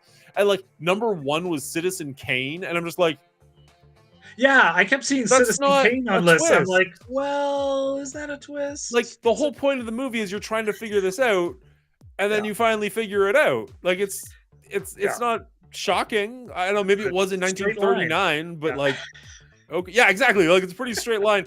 Just because the detectives don't figure it out doesn't make it a twist. Yeah, yeah, exactly. Sure. Yeah. The amount of movies where like it started off like preface at the end, yeah. The amount of movies that preface like straight up like, well, this isn't really a twist movie, but we like it anyways. You're like, what is this list? There was like 9 twists on it too. It's like, okay, yeah, exactly. maybe there's not that many twist endings in movies as we thought. It's hard to get a really good twist that isn't just a shock, unravel a mystery, tell a good story, but a genuine like, holy crap, I did not see that coming. I want to press stop, rewind, play. Yeah. Okay, I'm from an era. Yeah. Yeah. Yeah. Realizing that doesn't resonate with the kids. Yeah. Well, I don't know. There's many kids watching this. Let's be honest. That's fair. The average age of here is like some points. Yeah. Yeah. All right. So before we get to our number 1s, do you want to go over some of your honorable mentions? Yeah, let's do some honorable mentions. I will say I did like the tragic flavor of your Prestige. the Prestige there. And like I said, there's I mean, it was a well-made movie, but it just it was a little joyless. Yeah, it didn't do nothing for me. Fair enough. Very good. I'm just happy that we don't have as much crossover as I thought we were going to have, to be perfectly honest. I'm very surprised. Yeah, a couple of honorable mentions, just for fun. Of course, The Sixth Sense, but like you say, pretty much all M. Night Shyamalan movies could go on there. It was a lot of fun when I first saw it. It was his first movie that I saw. I don't think I saw this in the theater, but I think I saw it right away on video. It was certainly the year it came out. Yeah. Still mid buzz, whatever. And I thought that was a really enjoyable twist. There was a few clues, kind of breadcrumbs along the way, so I remember like picking at the twist, but not quite unraveling it completely. Although it's kind of a one-step twist, so I don't know what that looks like. Just for fun, I was trying to think outside the kind of typical thriller genre for twist endings. I don't think these would necessarily would make the list, but La La Land was kind of an ending you didn't see coming. But I like it more as a tragic ending than a twist ending, I wouldn't say. I know I always get into trouble with my genre stuff. So I Married an Axe Murderer was a fun example of this, kind of a play on the twist ending. I only remember Head Move Now. I don't remember that movie at all. This is one I've maybe enjoyed a little bit more than you. That's probably my favorite Michael Myers movie. I'm thinking as I say that out loud, at least of his comedies back from the 90s era, at least. It is a different flavor than like the Austin Powers. Austin Powers, thank you, or the Wayne's World movies. Sure. And it's fun. And you kind of think you know what's going on, and then there is kind of a silly little twist at the end. Again with the twins, I guess. But yeah, there we go. So anyway, I don't have a ton for honorable mentions because I ended up picking a lot of movies apart. As I looked back at them, it was like, well, that was more shocking. A lot of these lists talk about Seven. A lot of these lists talk about movies I hadn't seen. A lot of these movies talk about sci-fi movies, and oftentimes it's this time travel element. But if you read any sci-fi short stories from like the 50s, then there's always that time travel element, like this whole idea that leaving Earth and you're on this separate timeline, and so if you come back to Earth after traveling at light speed, like crazy shit's gonna happen. Like that whole idea has been kind of beaten to death in the fiction world, and then every movie feels like they just discovered it, and you're like, ooh. And so there's a bunch of movies that get mentioned in that vein. But I'm like, yeah, that's barely a twist. Like that's understanding, you know, Einstein and stuff. So Yeah, um, anyway, so the more pet peeves, I guess, than honorable mentions. sounds good. Yeah, yeah. Have you ever seen The Others, or do you even know what that is? That was one I have seen. It kept coming up on lists that I was looking at, and I'm like, I should maybe rewatch that. And then I I watched Prestige for the first time instead, and that was probably part of my frustration with the Prestige. Like, I should have watched the others. I'm going to tell you, you made the right call. I Okay, watched fair The enough. Others way back when, was not Yeah, expecting a twist. For anybody who doesn't know, it's we Nicole might have Kidman. watched it together. It's back that It's far for possible, me. but Yeah, I couldn't tell you who I watched it with. yeah. The Others is a very classic ghost story starring Nicole Kidman. She's got a couple of kids. She lives in a very Victorian manor, and something is just off, and you're not really sure what's going on. They think the house might be haunted, but you never really see anything. And it's this really really interesting film about them. And you get to the end, and you actually find out they were the ghosts the entire time. And I freaking loved that twist. And I was like, this is such a good twist ending. Like, this is amazing. And then I watched it with Amy and the kids like a month ago. And it was just like, this movie's really boring when you know what's coming. Like, it Oh was just yeah. one of those, like, okay. Like, the twist is interesting. Everything else about it is just like, okay. And You're there's some just stuff waiting that for happens in nothing it. to happen. Yeah. And like some of the stuff that Yeah. does happen, you're just like, this is so ridiculous. How did I not know something was going to be Right. Yeah. like when her husband comes back from the war and he's just rambling on and he disappears into the fog and nobody decides to go after him and you're just like, okay. Yeah. Anyways, but I really really liked it the first time. I thought if you don't know the twist when you're watching it, it was really good the first time. It's just one I couldn't revisit, so I couldn't put it on this list. Yeah.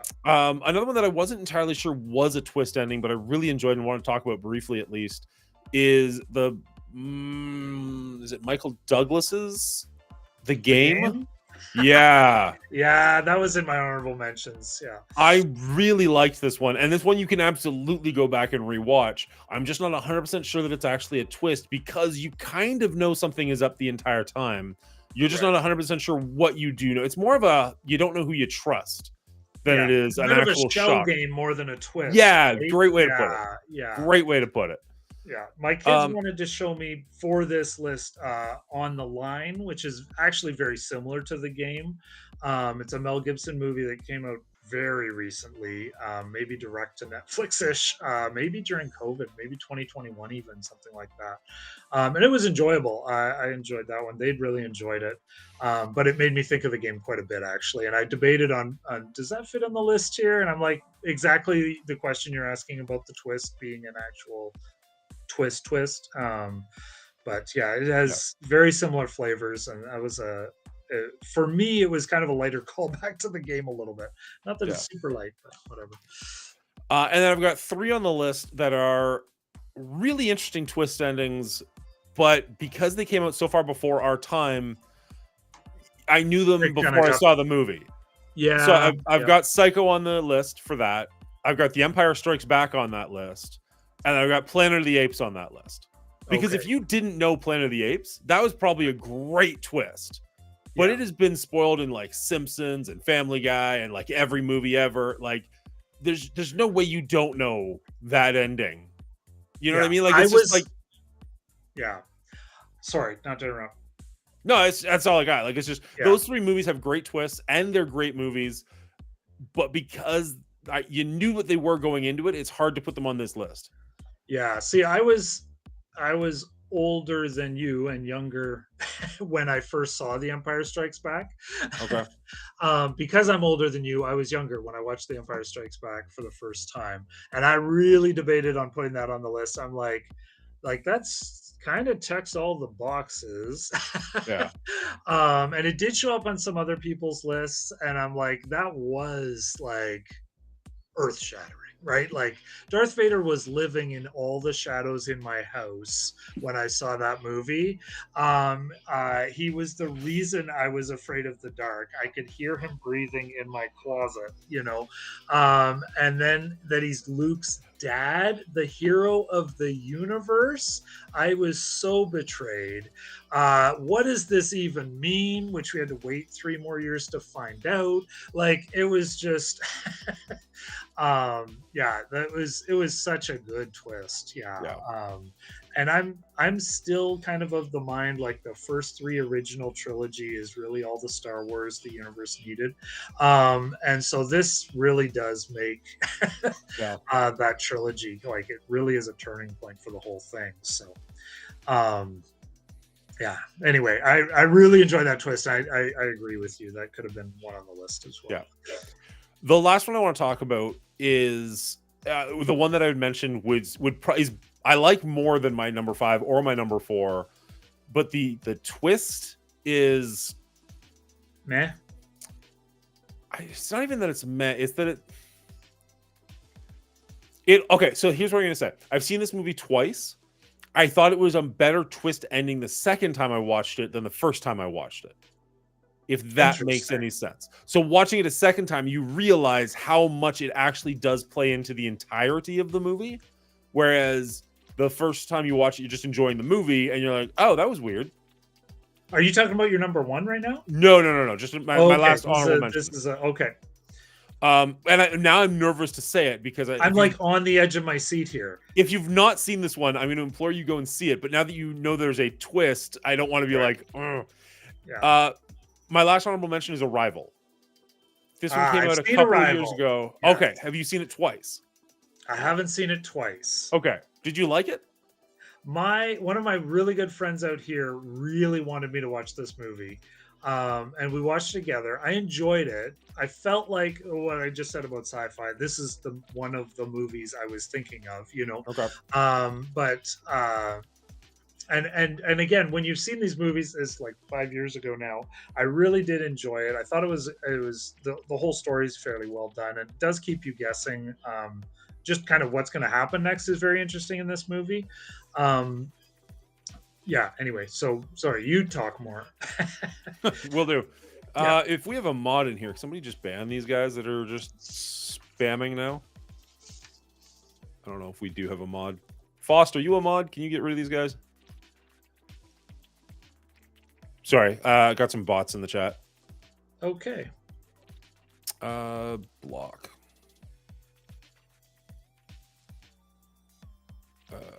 Edited for content. For length. Yeah, we can get rid of this in post. That's fine. Yeah. Thank you, Foss. Okay. Arrival. So the first time I saw this was, I think, when it first came out on VHS. I wish I'd seen this one in theaters. I really, really enjoyed this one. It's the story of aliens coming to Earth for the first time, and you've got people trying to decipher what they are saying and talk to them. They are not alienoids in any way that we're used to seeing in like Star Wars or Star Trek, where it's just like a person with makeup on. They're far more alien. They're not octopuses because I think they've got 7, but I can't remember what they call them. Jellyfish-ish sort of. Yeah. And they speak with like ink. And they don't write in the way that we do. It just kind of like it appears entirely in 1 second. And so they bring in a couple of people to decipher what it is they're saying. And like I've watched the Neil deGrasse Tyson kind of rip this apart, be like, those are not the scientists you'd bring in this situation. But whatever. Let's just go with the movie anyways. And you've got, I think there's like 17 of these pods all around Earth, and like every different government is kind of trying to figure out what's going on. Yeah. And they're racing the clock because like China and Russia want to like nuke them and kill them. And like everybody else is kind of like, well, let's talk to these things first because they haven't shown any aggression to us whatsoever. And why piss off a clearly technologically superior race? So, so you get the story of Jeremy Renner and Amy Adams trying to communicate with these aliens. And throughout it, you're seeing these flashbacks that she's having of her daughter who ends up passing away from cancer at a young age. And the painful memories that she's going through. And she's kind of a reclusive person. So you kind of just accept that, she lived through this terrible pain and that that changed her, and that's why she's kind of reclusive, lives in the middle of nowhere, stuff like that. You go through this entire movie, and what it turns out to be is that these aliens, there's a throwaway line in the movie that turns out to be kind of the pivotal point of the movie, which is how you determine language actually changes the way you think. So like as English speakers, our brains actually work differently than like German speakers or Russian speakers or stuff like that. This is a theory by some scientists. This isn't like 100% fact. So as they're learning the alien language, which takes place entirely at the same time, there's no beginning or end to it. It's changing the way their brains work so that they are actually perceiving time entirely at one time. So they're changing how they can interact with time, which is really messed up, but I like science fiction and it doesn't break its own rules, so I'm okay with it. Yep. So the first time you're just watching this movie and you're just enjoying it as you go along. And the second time I was watching it, I was actually cluing in like this, like, I mean, they do explain it at the end, but while you're actually watching it, like realizing all these cutscenes of her interacting with her daughter haven't happened yet. And so all the moments where she's like got this weird look on her face that you're assuming is grief or sadness, it's actually her just trying to comprehend what she's got memories of, because she starts getting these memories before she even interacts with the aliens. Like it starts being, I think it starts getting really confusing timeline wise. And I really, really enjoyed it. Even the second time, I really did enjoy this story quite a bit. The ending where she averts the attacking the aliens by talking to him, by talking to the Chinese prime minister or whatever, Chinese leader, like 10 years down the road. But that gets him to stop him from doing the attack now. Like, it's just a really, really cool concept. And I really, really enjoyed it. It doesn't make my list again because the twist wasn't as strong, but the movie itself, I could see myself revisiting long before I'll revisit Usual Suspects again. Right. Or Primal Fear for that matter. Yeah. And then I'm super curious. I was going to mention something here. So someone, I think it's been Trash Can Joe this whole time, has kept saying, what's in the box? I really, really like 7. I really do. It's not a twist ending for me. I would say it's a shocking ending for sure, but it doesn't change the overall tone of the movie. So it didn't make my list, despite the fact that I really like it. Yeah. Anyways, I just wanted to address that quickly. Jonathan, drum roll, unless you got another honorable mention. No, I think that's all right. It for me. Drum roll, please. Jonathan, what is your number 1? Unfortunately, we've already discussed it, so it's spoiled, but it's Fight Club is my number 1 twist movie. I really enjoy this one. It's one that I saw right away when it came out on video. Actually, friends had watched it, and just as I arrived at their place, they'd finished it like half an hour before or something. Like, you gotta watch this movie, and they just put it back on, and then we watched it again for them. And so I was kind of teed up, and I still really enjoyed the ride. Every bit of this movie is really good. It's good on rewatch. It's very enjoyable. The dialogue, the characters are it's that effortlessly cool Brad Pitt that makes you nauseous.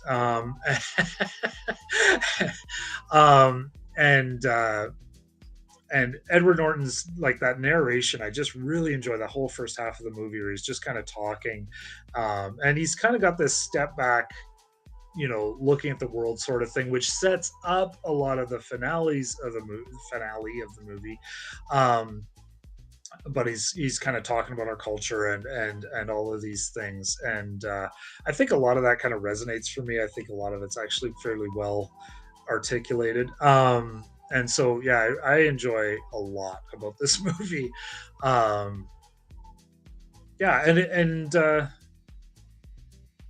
don't know what it's a movie that does have a lot of fun too, right? It's got these. That's the definition of fun, I think. I suppose so. I don't enjoy the fight scenes. I don't watch a ton of action. I don't watch MMA. I don't want to see a guy get punched in the face while his head's on the ground. That just does some things to the little hairs on the back of my neck. But the chatter I find in this movie to be really enjoyable. So, in fairness, Faust, we are breaking the first 2 rules of Fight Club, just to be clear. Yeah, no, there's a ton of quotable lines in this movie that I'm never Yeah. smart enough to pick up at the exact time. I wish I could do that. This is I am Jack's low self-esteem more often. I don't usually Yeah. think of it in time for it to be relevant, but it's a great It could thing. work a lot. Yeah. Right? Like there's so many Yeah. situations. What kind of dining set defines me? Yeah. Yeah. This is one of the ones where, I mean, just to pull out random facts just to be talking about it again. Mhm. The author, whose name I'm gonna mess up because it's Yes. not English, So uh, it's Polish, I think. Something. has This is straight one up I've said, actually. like, Go ahead. you've read the book? No, I sought out the book. I think I have it in my Amazon cart right now. Oh, okay. Along Yeah. with 900 other books you'll never Yeah, read. that's accurate. Yeah. Yes. Actually, your cart maxes out at 600 items. Oh, good to know. I've gotten to There you 3. go. I don't know. Why do you know that? If you have things in your cart, Amazon has to tell you when the price changes. So I throw a ton of stuff in there and I just wait for it to go up and down, particularly down. Yeah. Anyway, It's actually kind of smart. Okay. it is. Yeah. So you always hear like, oh, the book was better. The book was better. The author himself has straight up said the movie version is better. Like he appreciates that they added a lot to the story and it actually is really well done. So Interesting. So $5.99 in my cart then. there you go. Yeah. Thanks. You saved me $7 plus not. I don't know. He was quite saying it's not worth reading at all. I'm sure he wouldn't. Yeah. Look who's telling me that. Yeah. Cool. Yeah. Anything else to add, or we can? I don't know. We talked about this a fair bit, but Fair enough. I think for me, this might have been my first, and I'm going to say his name wrong, but it doesn't mean I don't love him. But David Fincher? Yes. I should have like a pronunciation guide just over my computer for English. Yeah. It couldn't hurt. Couldn't hurt. Yeah. I'd have to double check, but I'm pretty sure this is my first experience with him, and I really enjoy a lot of his stuff. So yeah, no, he's great. All right, so my number one, again, you did mention it. I'm shocked we made it this far and we haven't talked about it a whole lot more than that. This is the number one movie that comes to mind when I think of a twist ending for Mrs. Doubtfire. many reasons. Well, again, you don't really see it coming, but no, like when I think of a twist ending, this is the number one that comes to mind because even though like I think if I remember correctly, I walked into this one pretty blind. As a lot of people did. My number one is Sixth Sense. This is M. Night Shyamalan's first movie that was like a really, really big hit. Yeah. I saw this with our cousin Megan one summer. Yep. Okay. And I feel like she was just like, you have to come see this movie. And I was like, okay. And we went to the theater and watched it. Okay. I can't remember. We also watched Blair Witch, and I can't remember if we watched them in the same day or just in the same trip, like the same visit. Oh, okay. But either way, I came home to mom and dad and was like, I saw Blair Witch and this. And they're just like, you're never going to go visit Megan again. How old would you have been when this came out?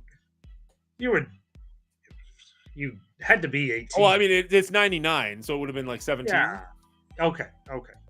So, like, I wasn't like young, but it's mom and dad. So, like, they weren't exactly on board with a lot of things. The Blair Witch, there's at least we'll get to that. Let me talk will. about the number one, and we can talk about that off screen if we have to. I also saw that in the theater. So this one came out in the summer of '99, and I was reading up something on it where it was such a sleeper hit that Entertainment Weekly did a top 134 films of the summer and didn't even mention it. And it ended up being the second biggest blockbuster or second biggest grossing movie of the year, only behind Star Wars Phantom Menace. Wow. So to go from a $40 million budget to a $672 million return in 1999 That's insane. is insane. And like accredited well to like the fact that a lot of people watched it and were like turned around, went and watched it again just to like, did I actually get that right? I don't think we need to tell people what the twist is in this movie. It's been talked to death, right? Like this movie's been out for 25 years. Everybody knows it.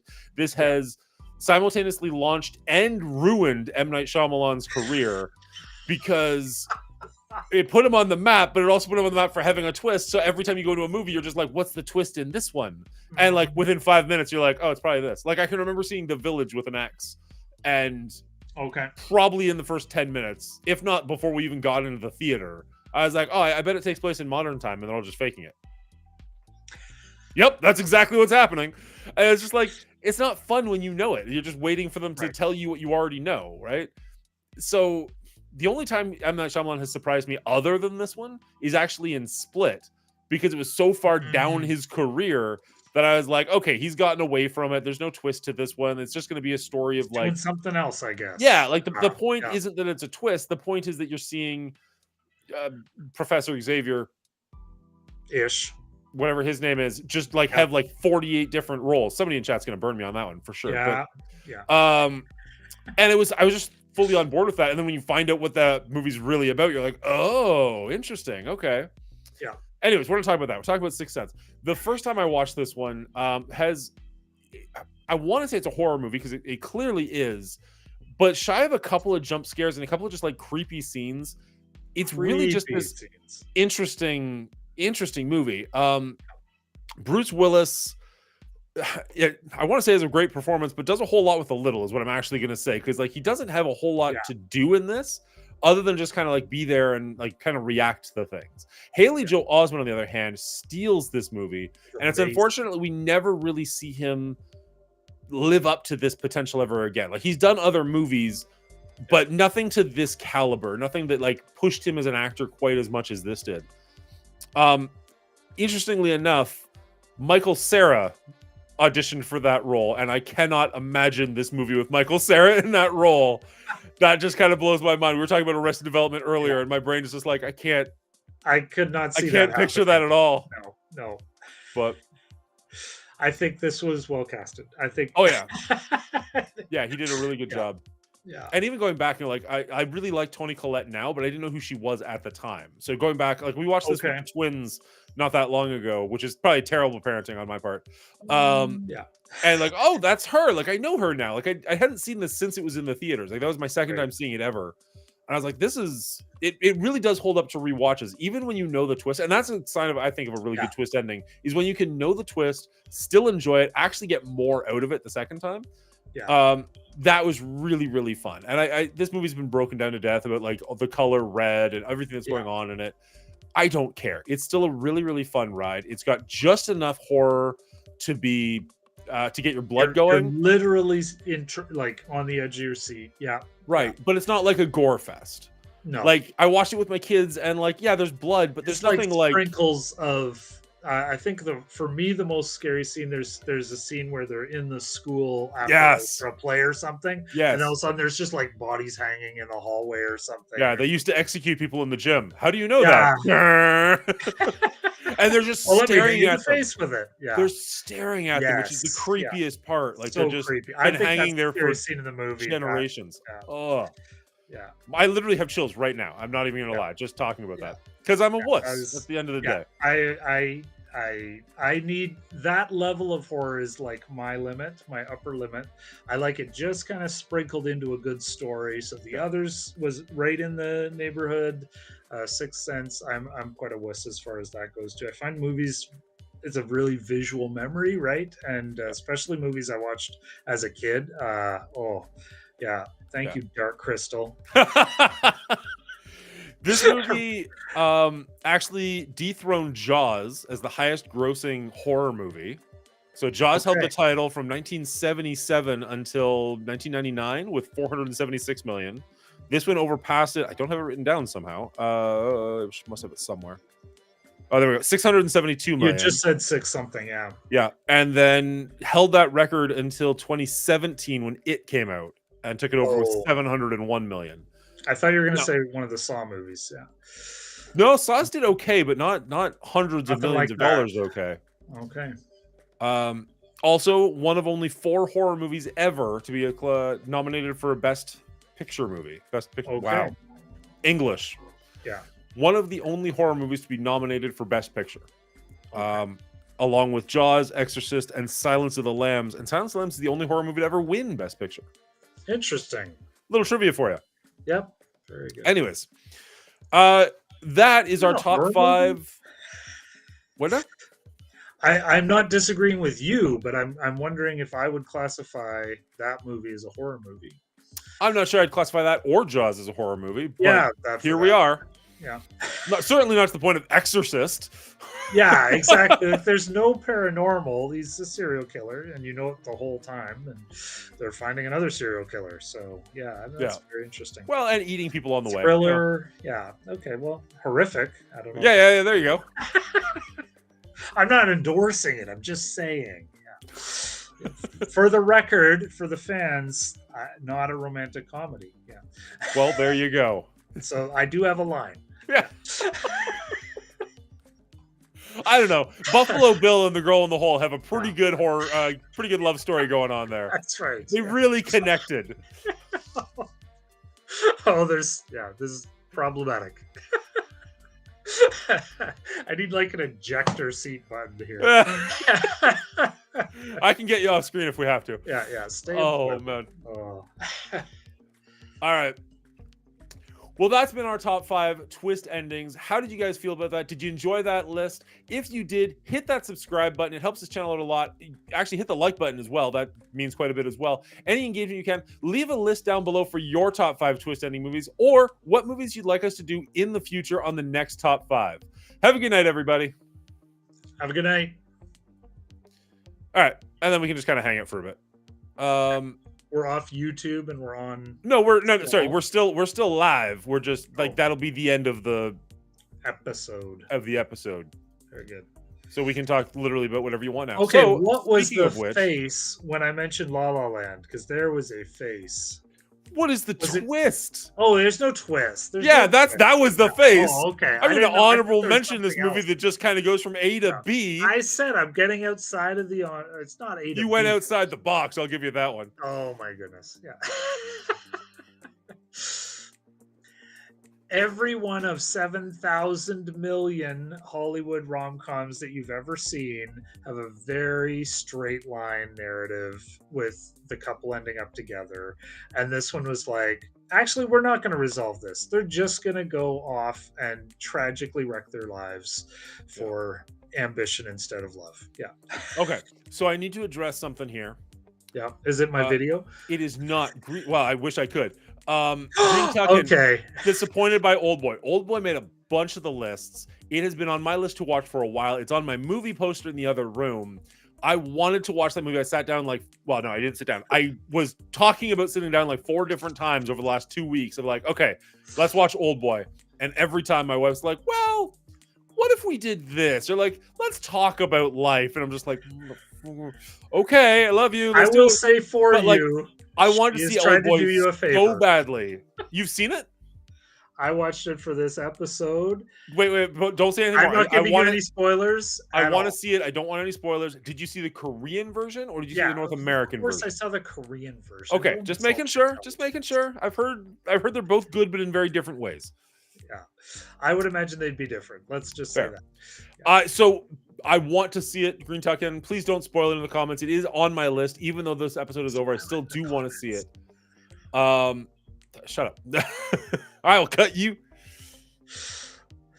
Certainly, it in some respects, as far as a twist list, that should definitely be on a top 5 list. I wrote a note to myself in my notes: do not mention Oldboy, because my kids are going to watch this episode and Google Oldboy. Oh. I have a feeling, I don't know what the twist is, but I have a feeling it's going to be messed up when we get there. I think you should enjoy the ride. All right. That's all I want you to say. You'll enjoy the ride a little bit more than me and less than whoever your commenter is. Was it Turducken? Is that his name? Green Tuckian? Yeah, there you go. I honestly don't even know if I'm pronouncing that properly. Let's just get it back on screen for a second. Grenatuckian? I'm just going to go with Green Tuckian. Nantucket. I think he's from Kentucky. Green Tuckian? And he drives an EV. Yeah. He's not seen the Korean version? What kind of nonsense is he giving us? Okay. Yeah, we're pronouncing it properly. I feel justified and not judged at all now.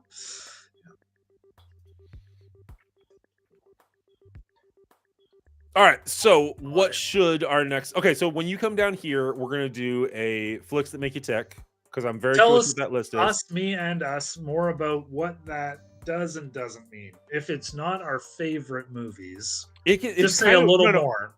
it doesn't have to be your favorite movies. It's kind of whatever you want that list to be within a certain realm. So I'm Mhm. going to say it's like 5 to 10 movies, and Cleaning Agent might yell at me if he's still here. 5 to 10 movies or so that maybe shaped your sense of humor, maybe stuck with you for a really long time, maybe that you Okay. revisit on a regular basis, maybe like your go-to recommendation. Mhm. Alexander, I'm trying to figure it out. The problem, like, I'm not opposed to having you on. I know Jesse in real life, and he's like dying to get on this show now. Funnily enough, like a year or two ago when I did this the first time, I was trying to get him on and he would not come Yeah. on. And now that there's That's an what I audience, he's thought. like, yeah, let's do it. I'm like, all right, cool, bud. We'll get you there. Don't worry. Yeah. And I mean, honestly, if there's anybody in the audience that wants to like come and be on the show for an episode, as long as you got a decent camera, well, I mean, yeah, as long as you got a Even camera that's and a microphone. Blood is thicker than any video quality at all. Apparently. Yeah. The plan is I want to upgrade my camera and then send Jonathan this camera so that he's got something that you can actually watch him on, but we'll see. I'm gonna It'd have also to be at good if least we get one wall of my house if I do that. So. Well, I was just going to say, like, we could even get you a green screen at that point. But so, anyways, so the flicks that make you tick, it's kind of your own choice of what you want to put on that list. I wouldn't go super specific. Like, I wouldn't like, oh, these are my top 5 film noirs. Right. Like, no, make it more about you. But if you're like, oh, you know, this movie is one that I watched a lot as a kid and it sticks with me. This is one that I introduced to my family and I really love. This is one that I watch on a Friday night. This is, you know, my sense of like I put This captures my sense of humor. yeah. Yeah. Like there's movies on my top 20 that are Mhm. not ones that I have any interest in watching really anymore, Interesting. Yeah. but they're still so ingrained in my DNA Yeah. that I couldn't not put them on a top 20. Just for Interesting. clarification, born in Kentucky, since dad was stationed in the army there, raised and basically lived live in Indiana in Greene County. So Green Tuckian it is. All right. I can do I my knew I was wrong about the EV, but nailed the Kentucky. Yeah. live whole life. There we go. Yeah. That's cool. Nice. Yes, Jesse, that was absolutely a shot at you about the whole film noir thing. Hey, what's the deal with the 5 to 10, and why would anyone yell at you for that? Oh, because I told Will, Cleaning Agent, was my first guest on it, and I was like, do your top 5, but do like any top 5 you wanted. And so he was struggling to get it down to 5. And then like the second he was on the show, I was like, well, I don't like 5 to 10. Like it could be like Whatever just number movies you that like. you enjoy. It doesn't have to be a top 5. That's what me and Jonathan do together. He's like, you son of a bitch.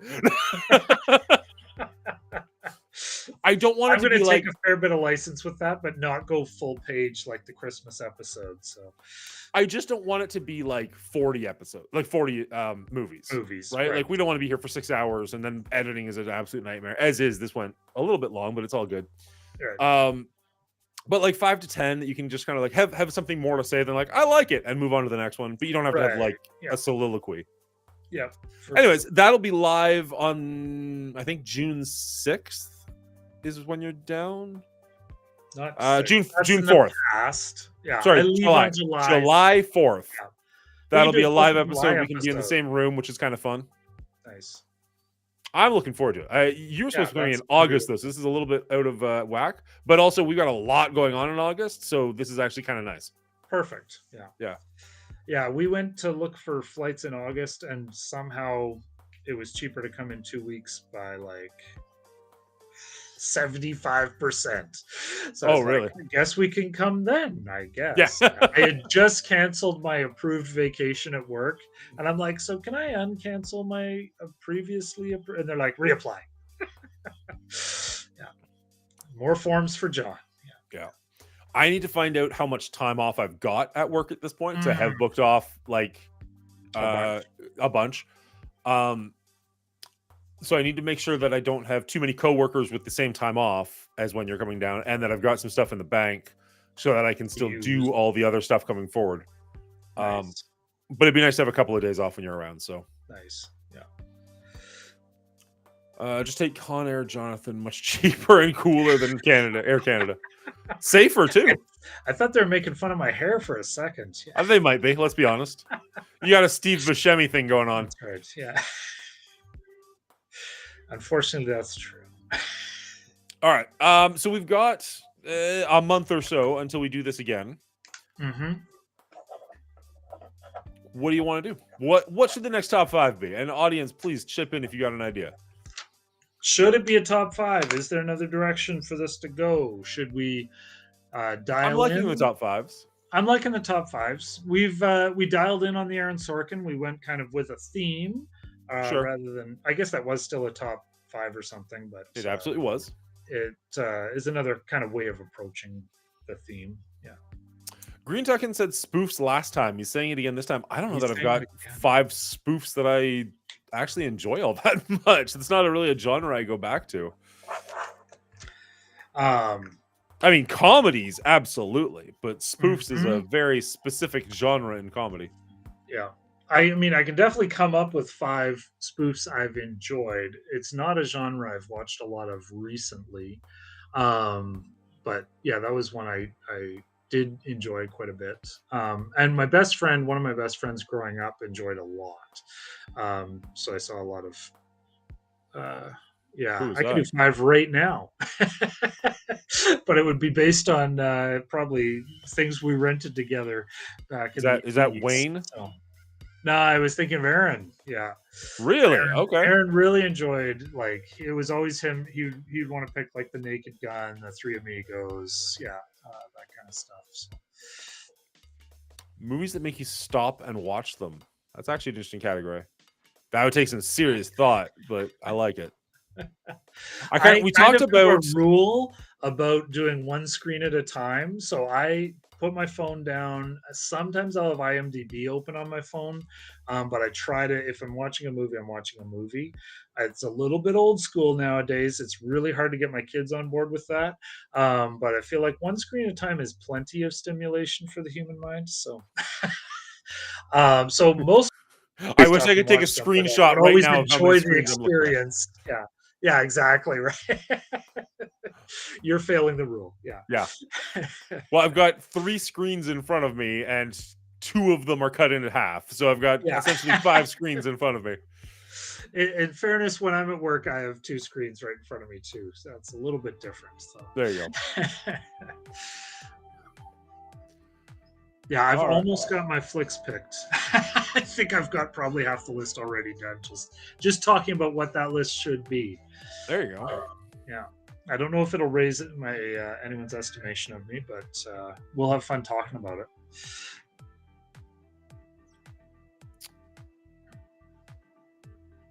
Sorry, somebody mentioned Kevin Durant, and I'm like, I'm not sure who that is, but it's like I absolutely know the who that is now. Basketball player? No. Kevin Durant? Durand. Durand. Okay. Not a major movie star, but in everything. Okay. One of those types. Top 5 movies you'd never recommend to your worst enemy. Ooh, I hate that. Would be 5. fun to make. Oh, I like that idea. I'm writing that down. So the one thing I can never really do, and I know this is not what he mentioned, but just what came up, is not pet peeves. What's the other one? Pet peeves, yeah, something along those lines, though. No. Yeah. The opposite. When you like something you're not supposed to. Oh, okay. Yeah, guilty pleasure sort of. Guilty pleasures. Yeah. I'm awful at that because in my brain, if I like it, who cares? You know what I mean? Like, there's so many movies where I'm like, that explains a lot about you, Dan. Right? Like, I'm at the other end of the spectrum, which is what I anticipating you saying. Is like everything makes me feel guilty. I just try to enjoy something ever anyway. Yeah.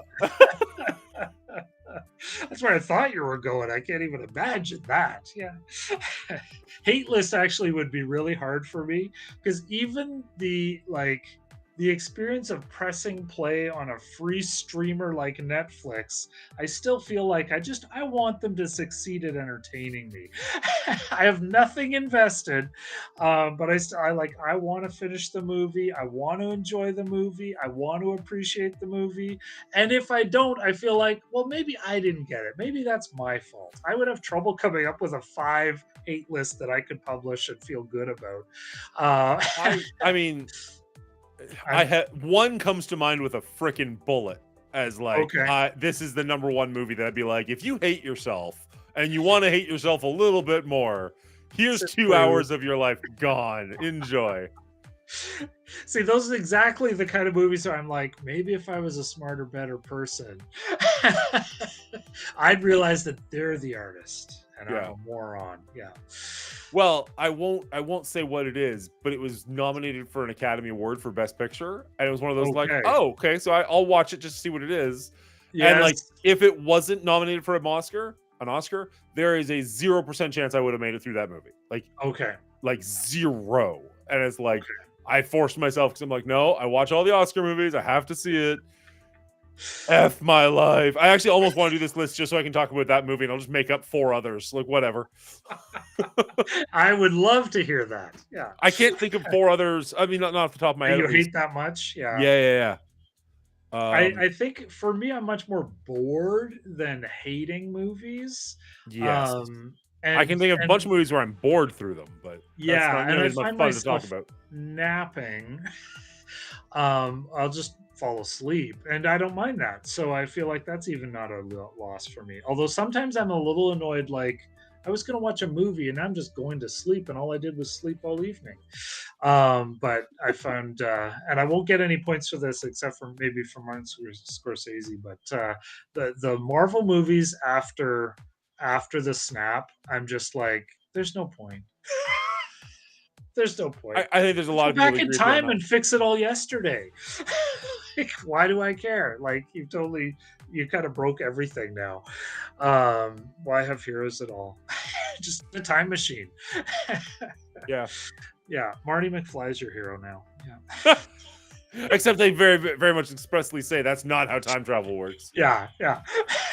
We could do time travel movies. That'd be interesting at some point. Yeah. I could make that list pretty easily, or not make it easily, but I could put things on that list. Yeah. You're not a sci-fi person? There's kinds of sci-fi I really enjoy when I'm watching it. There's not a lot of sci-fi I can rewatch. Really? And Okay. yeah. Yeah, it depends.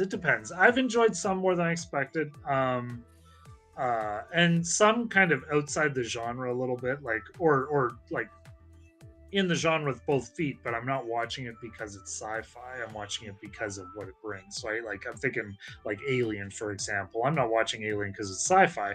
I'm watching it because it's an amazing, tense, right, cat and mouse thriller, right? Sure. Happens to be in space, right? But yeah. I find more and more my favorite stories are just really quote unquote boring, normal, everyday life dramas. Right? And a little bit of romantic comedy, a little bit of comedy mixed in. That's all good, but like, these movies where it's like there's no mystery, there's no gotcha moment. It's like family reunions, things like that. And it's just like, oh, but we fight about everything. I like that kind of thing. There's a lot of character, but it's not a heavy story driven sort of thing. I'm not sitting on the edge of my seat. It's not tense. It's like, why can't they just get along? That kind of thing. Yeah. Sorry, what is a Vidmark movie? Did I say Vidmark? You didn't. No, I'm asking the audience. Oh, Sorry. okay. So I'm like, I have no idea. Here, best Vidmark entertainment movies that define the 80s. I think this is like a. Is this a publishing? Like Vidmark Entertainment is a group of some sort. It might be. Here we go. Vidmark is cinematic achievements. I don't know. I'll have to Google that after. I think. Add me any clarity for me, and I don't have my phone. Vidmark. Oh, like setting like a high watermark. Is that what he's talking about? Like Vidmark, like something kind of new. All right, we'll Google that later. We'll check that out. One of your 4 screens isn't Googling. I mean, the audience is there. They're recommending it. I figured somebody would have an answer. Something lit fam going on out there that we just don't get, Dan. I have not seen The Right Stuff yet. No movies produced by Vidmark Studios. Is that the NASA movie, The Right Stuff? Is that what they're talking about? I'm It getting is. that mixed up. Oh, It okay. was very high on Brian's list, and I'd never heard of it before, let alone seen it. Okay. I'm nervous to Google this just in case. I think that's one. Uh, Yeah, go ahead. Vidmark Entertainment. A struggling young comedian takes up a mental. Ooh.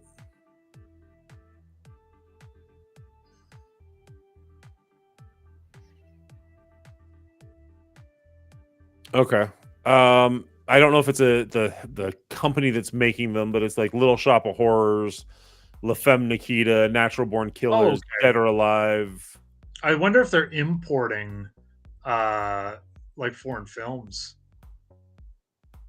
or if they're actually producing them, like if they're re-releasing or something. They're like, 'Cause that's an interesting list, right? well, pretty much everything on this list I'd have to watch for the first time. Really? Oh, they're Swimming with Sharks. Now, I'm not seeing anything on this list yet that I've seen before. yeah. Really? While we're on Kevin Spacey movies that no one asked about, The Big Kahuna is a comedy. I think, if memory serves, it all takes place in one set. And it's some sales conference. You're in a hotel room. One of the salespeople is Danny DeVito. One of the salespeople is Kevin Spacey. And then there's a young guy, and I can't remember off the top of my head who it is.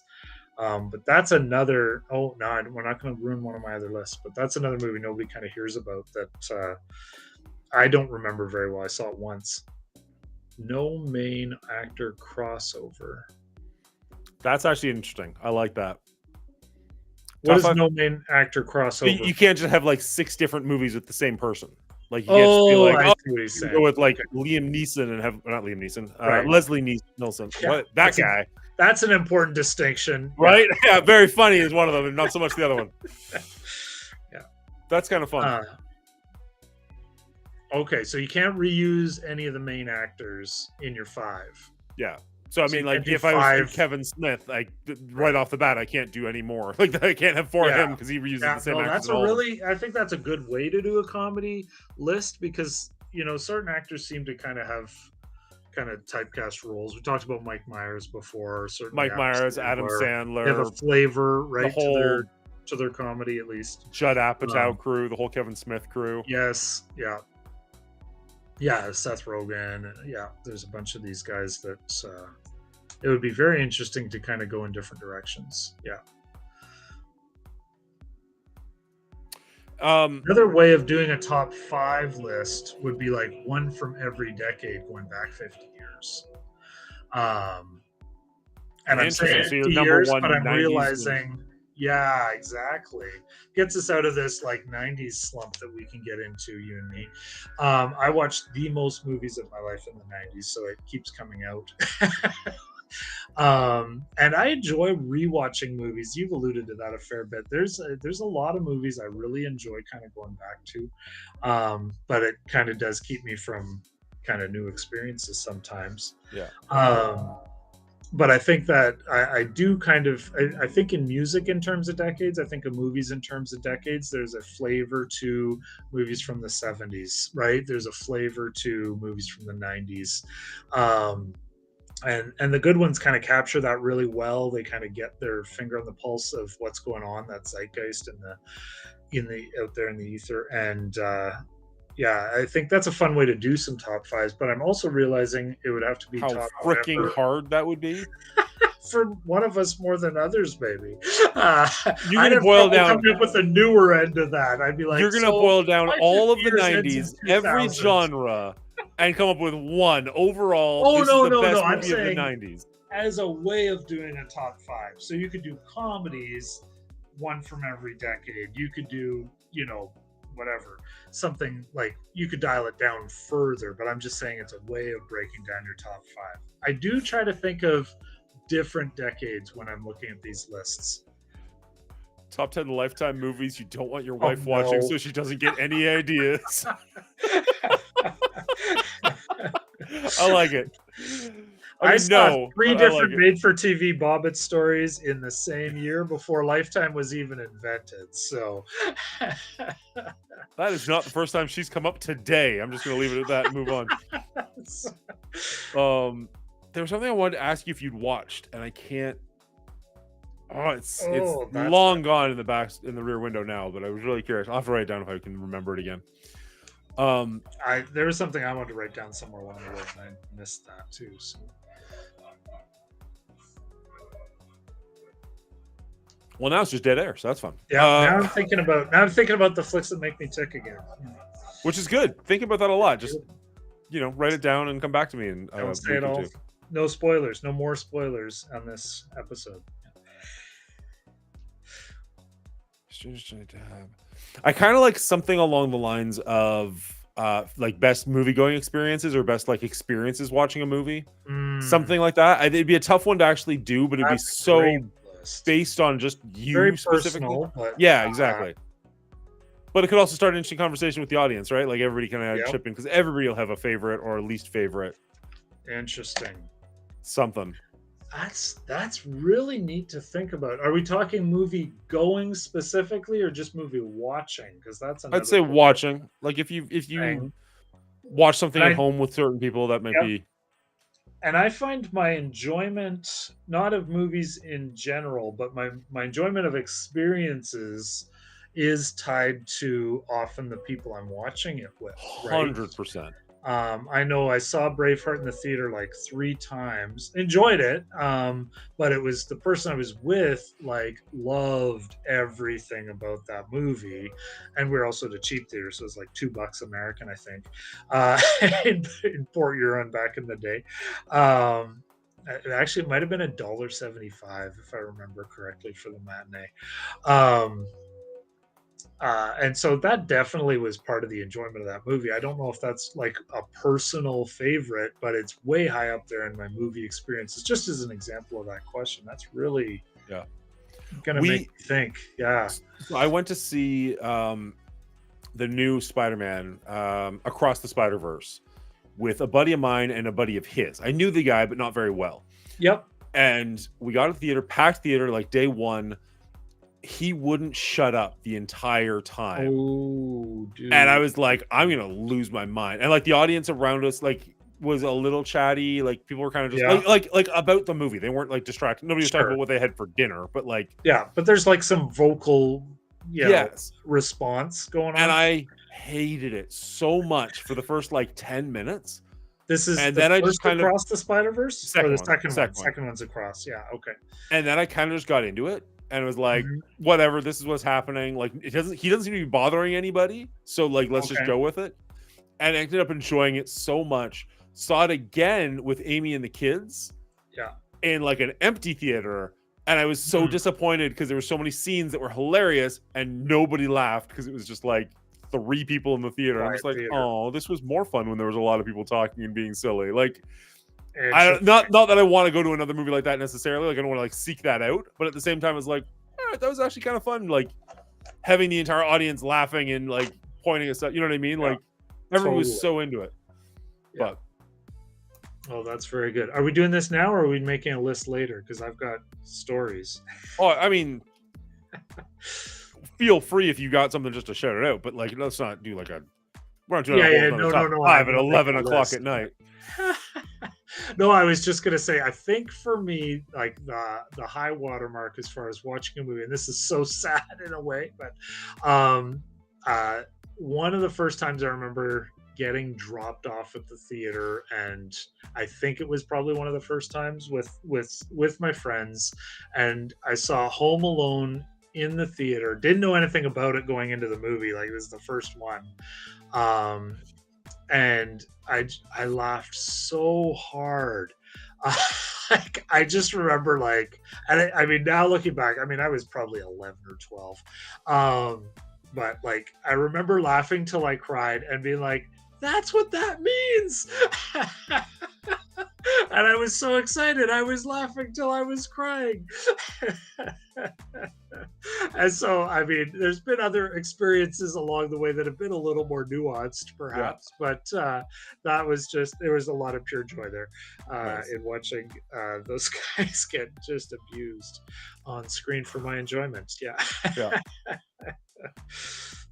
I can't imagine this will ever fit onto a list of any kind, so I'm just going to throw it out there. I got dropped off at the movie theater one time with our cousins, Andrew and David. Okay. For what it's worth, for everybody who doesn't know, Andrew is very much like us, kind of like deep into pop culture, really enjoys things, whatever, grew up in Canada. David grew up in Africa. I'm assuming, less pop culture related than the rest of us. Was home for the summer, like doing, what is it called? Missionaries come back and like Furlough. Yeah. a furlough, during a break, furlough.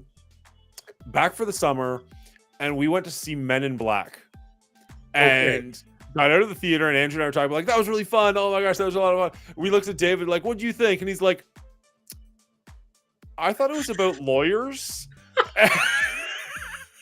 And like realizing in real time like what he was getting himself into, like, because like the movie starts off with an alien jumping out of his skin trying to attack somebody, getting blown up, and green goo going everywhere. Like, it's not subtle about what the movie's about, but just like, oh, we probably should have shown you a trailer or something. Did he end up enjoying the movie? I think he did. Eventually, was like, it was like once he got a handle of what was going on, he was enjoying it. But he was like, at first, he's just like, what? Why? What is happening? Yeah. Why do people watch this? It starts off with the Men in Black. If I remember correctly, it's been a long time. Stopping a bus full of illegal Mexican aliens crossing the border, which would make sense for the start of a lawyer movie potentially. I mean, not really, because why would the lawyers be there stopping them? But you know what I mean? Like, I could see how that would get to a legal situation. Yeah. And then aliens. Anyways, it is getting late here. We've done our top 5. It's been a ton of fun hanging out with you, but I think I'm ready to call it for the night. Are you good? Anything Very last good. you want to? I'm all good. No, that was all right. It was very enjoyable. I got lots of ideas for some of these movie lists, and also for my flicks that make me tick. Nice. Yeah. So the next Thursday, we're going to be joined by Run 7 again with Brian. We're going to be talking about, I don't even know what 100%, but we'll figure something out. And then the week after that, I think, is that already when you're going to be around? One more week. One more week? Yeah. Oh, right. Sorry. The week after that, I'm having Purple Sticky on to do the flicks that make you tick. And then the week after that, we'll have Jonathan live in person to do the flicks that make you tick. So if you enjoyed this, hit that follow button. If you're watching over on YouTube, please hit the subscribe button over there. We are trying to grow that channel. That'd be greatly appreciated. Other than that, you guys have a wonderful night. I'm going to see if there's anybody online to raid. I hate that they changed this. How do I get to... Here we go. Ambassador Al is live. We'll jump over to him. But thank you all for hanging out. You guys have a great night, and we will see you next time. Thank you for hanging out with me, Jonathan. That was a lot of fun. Awesome. I cannot wait to actually hang out with you live in the very, very near future. In more than 0K. Yeah, that would be ideal. Awesome. Yeah. Cheers, everybody. Have a good night, everyone. Thanks.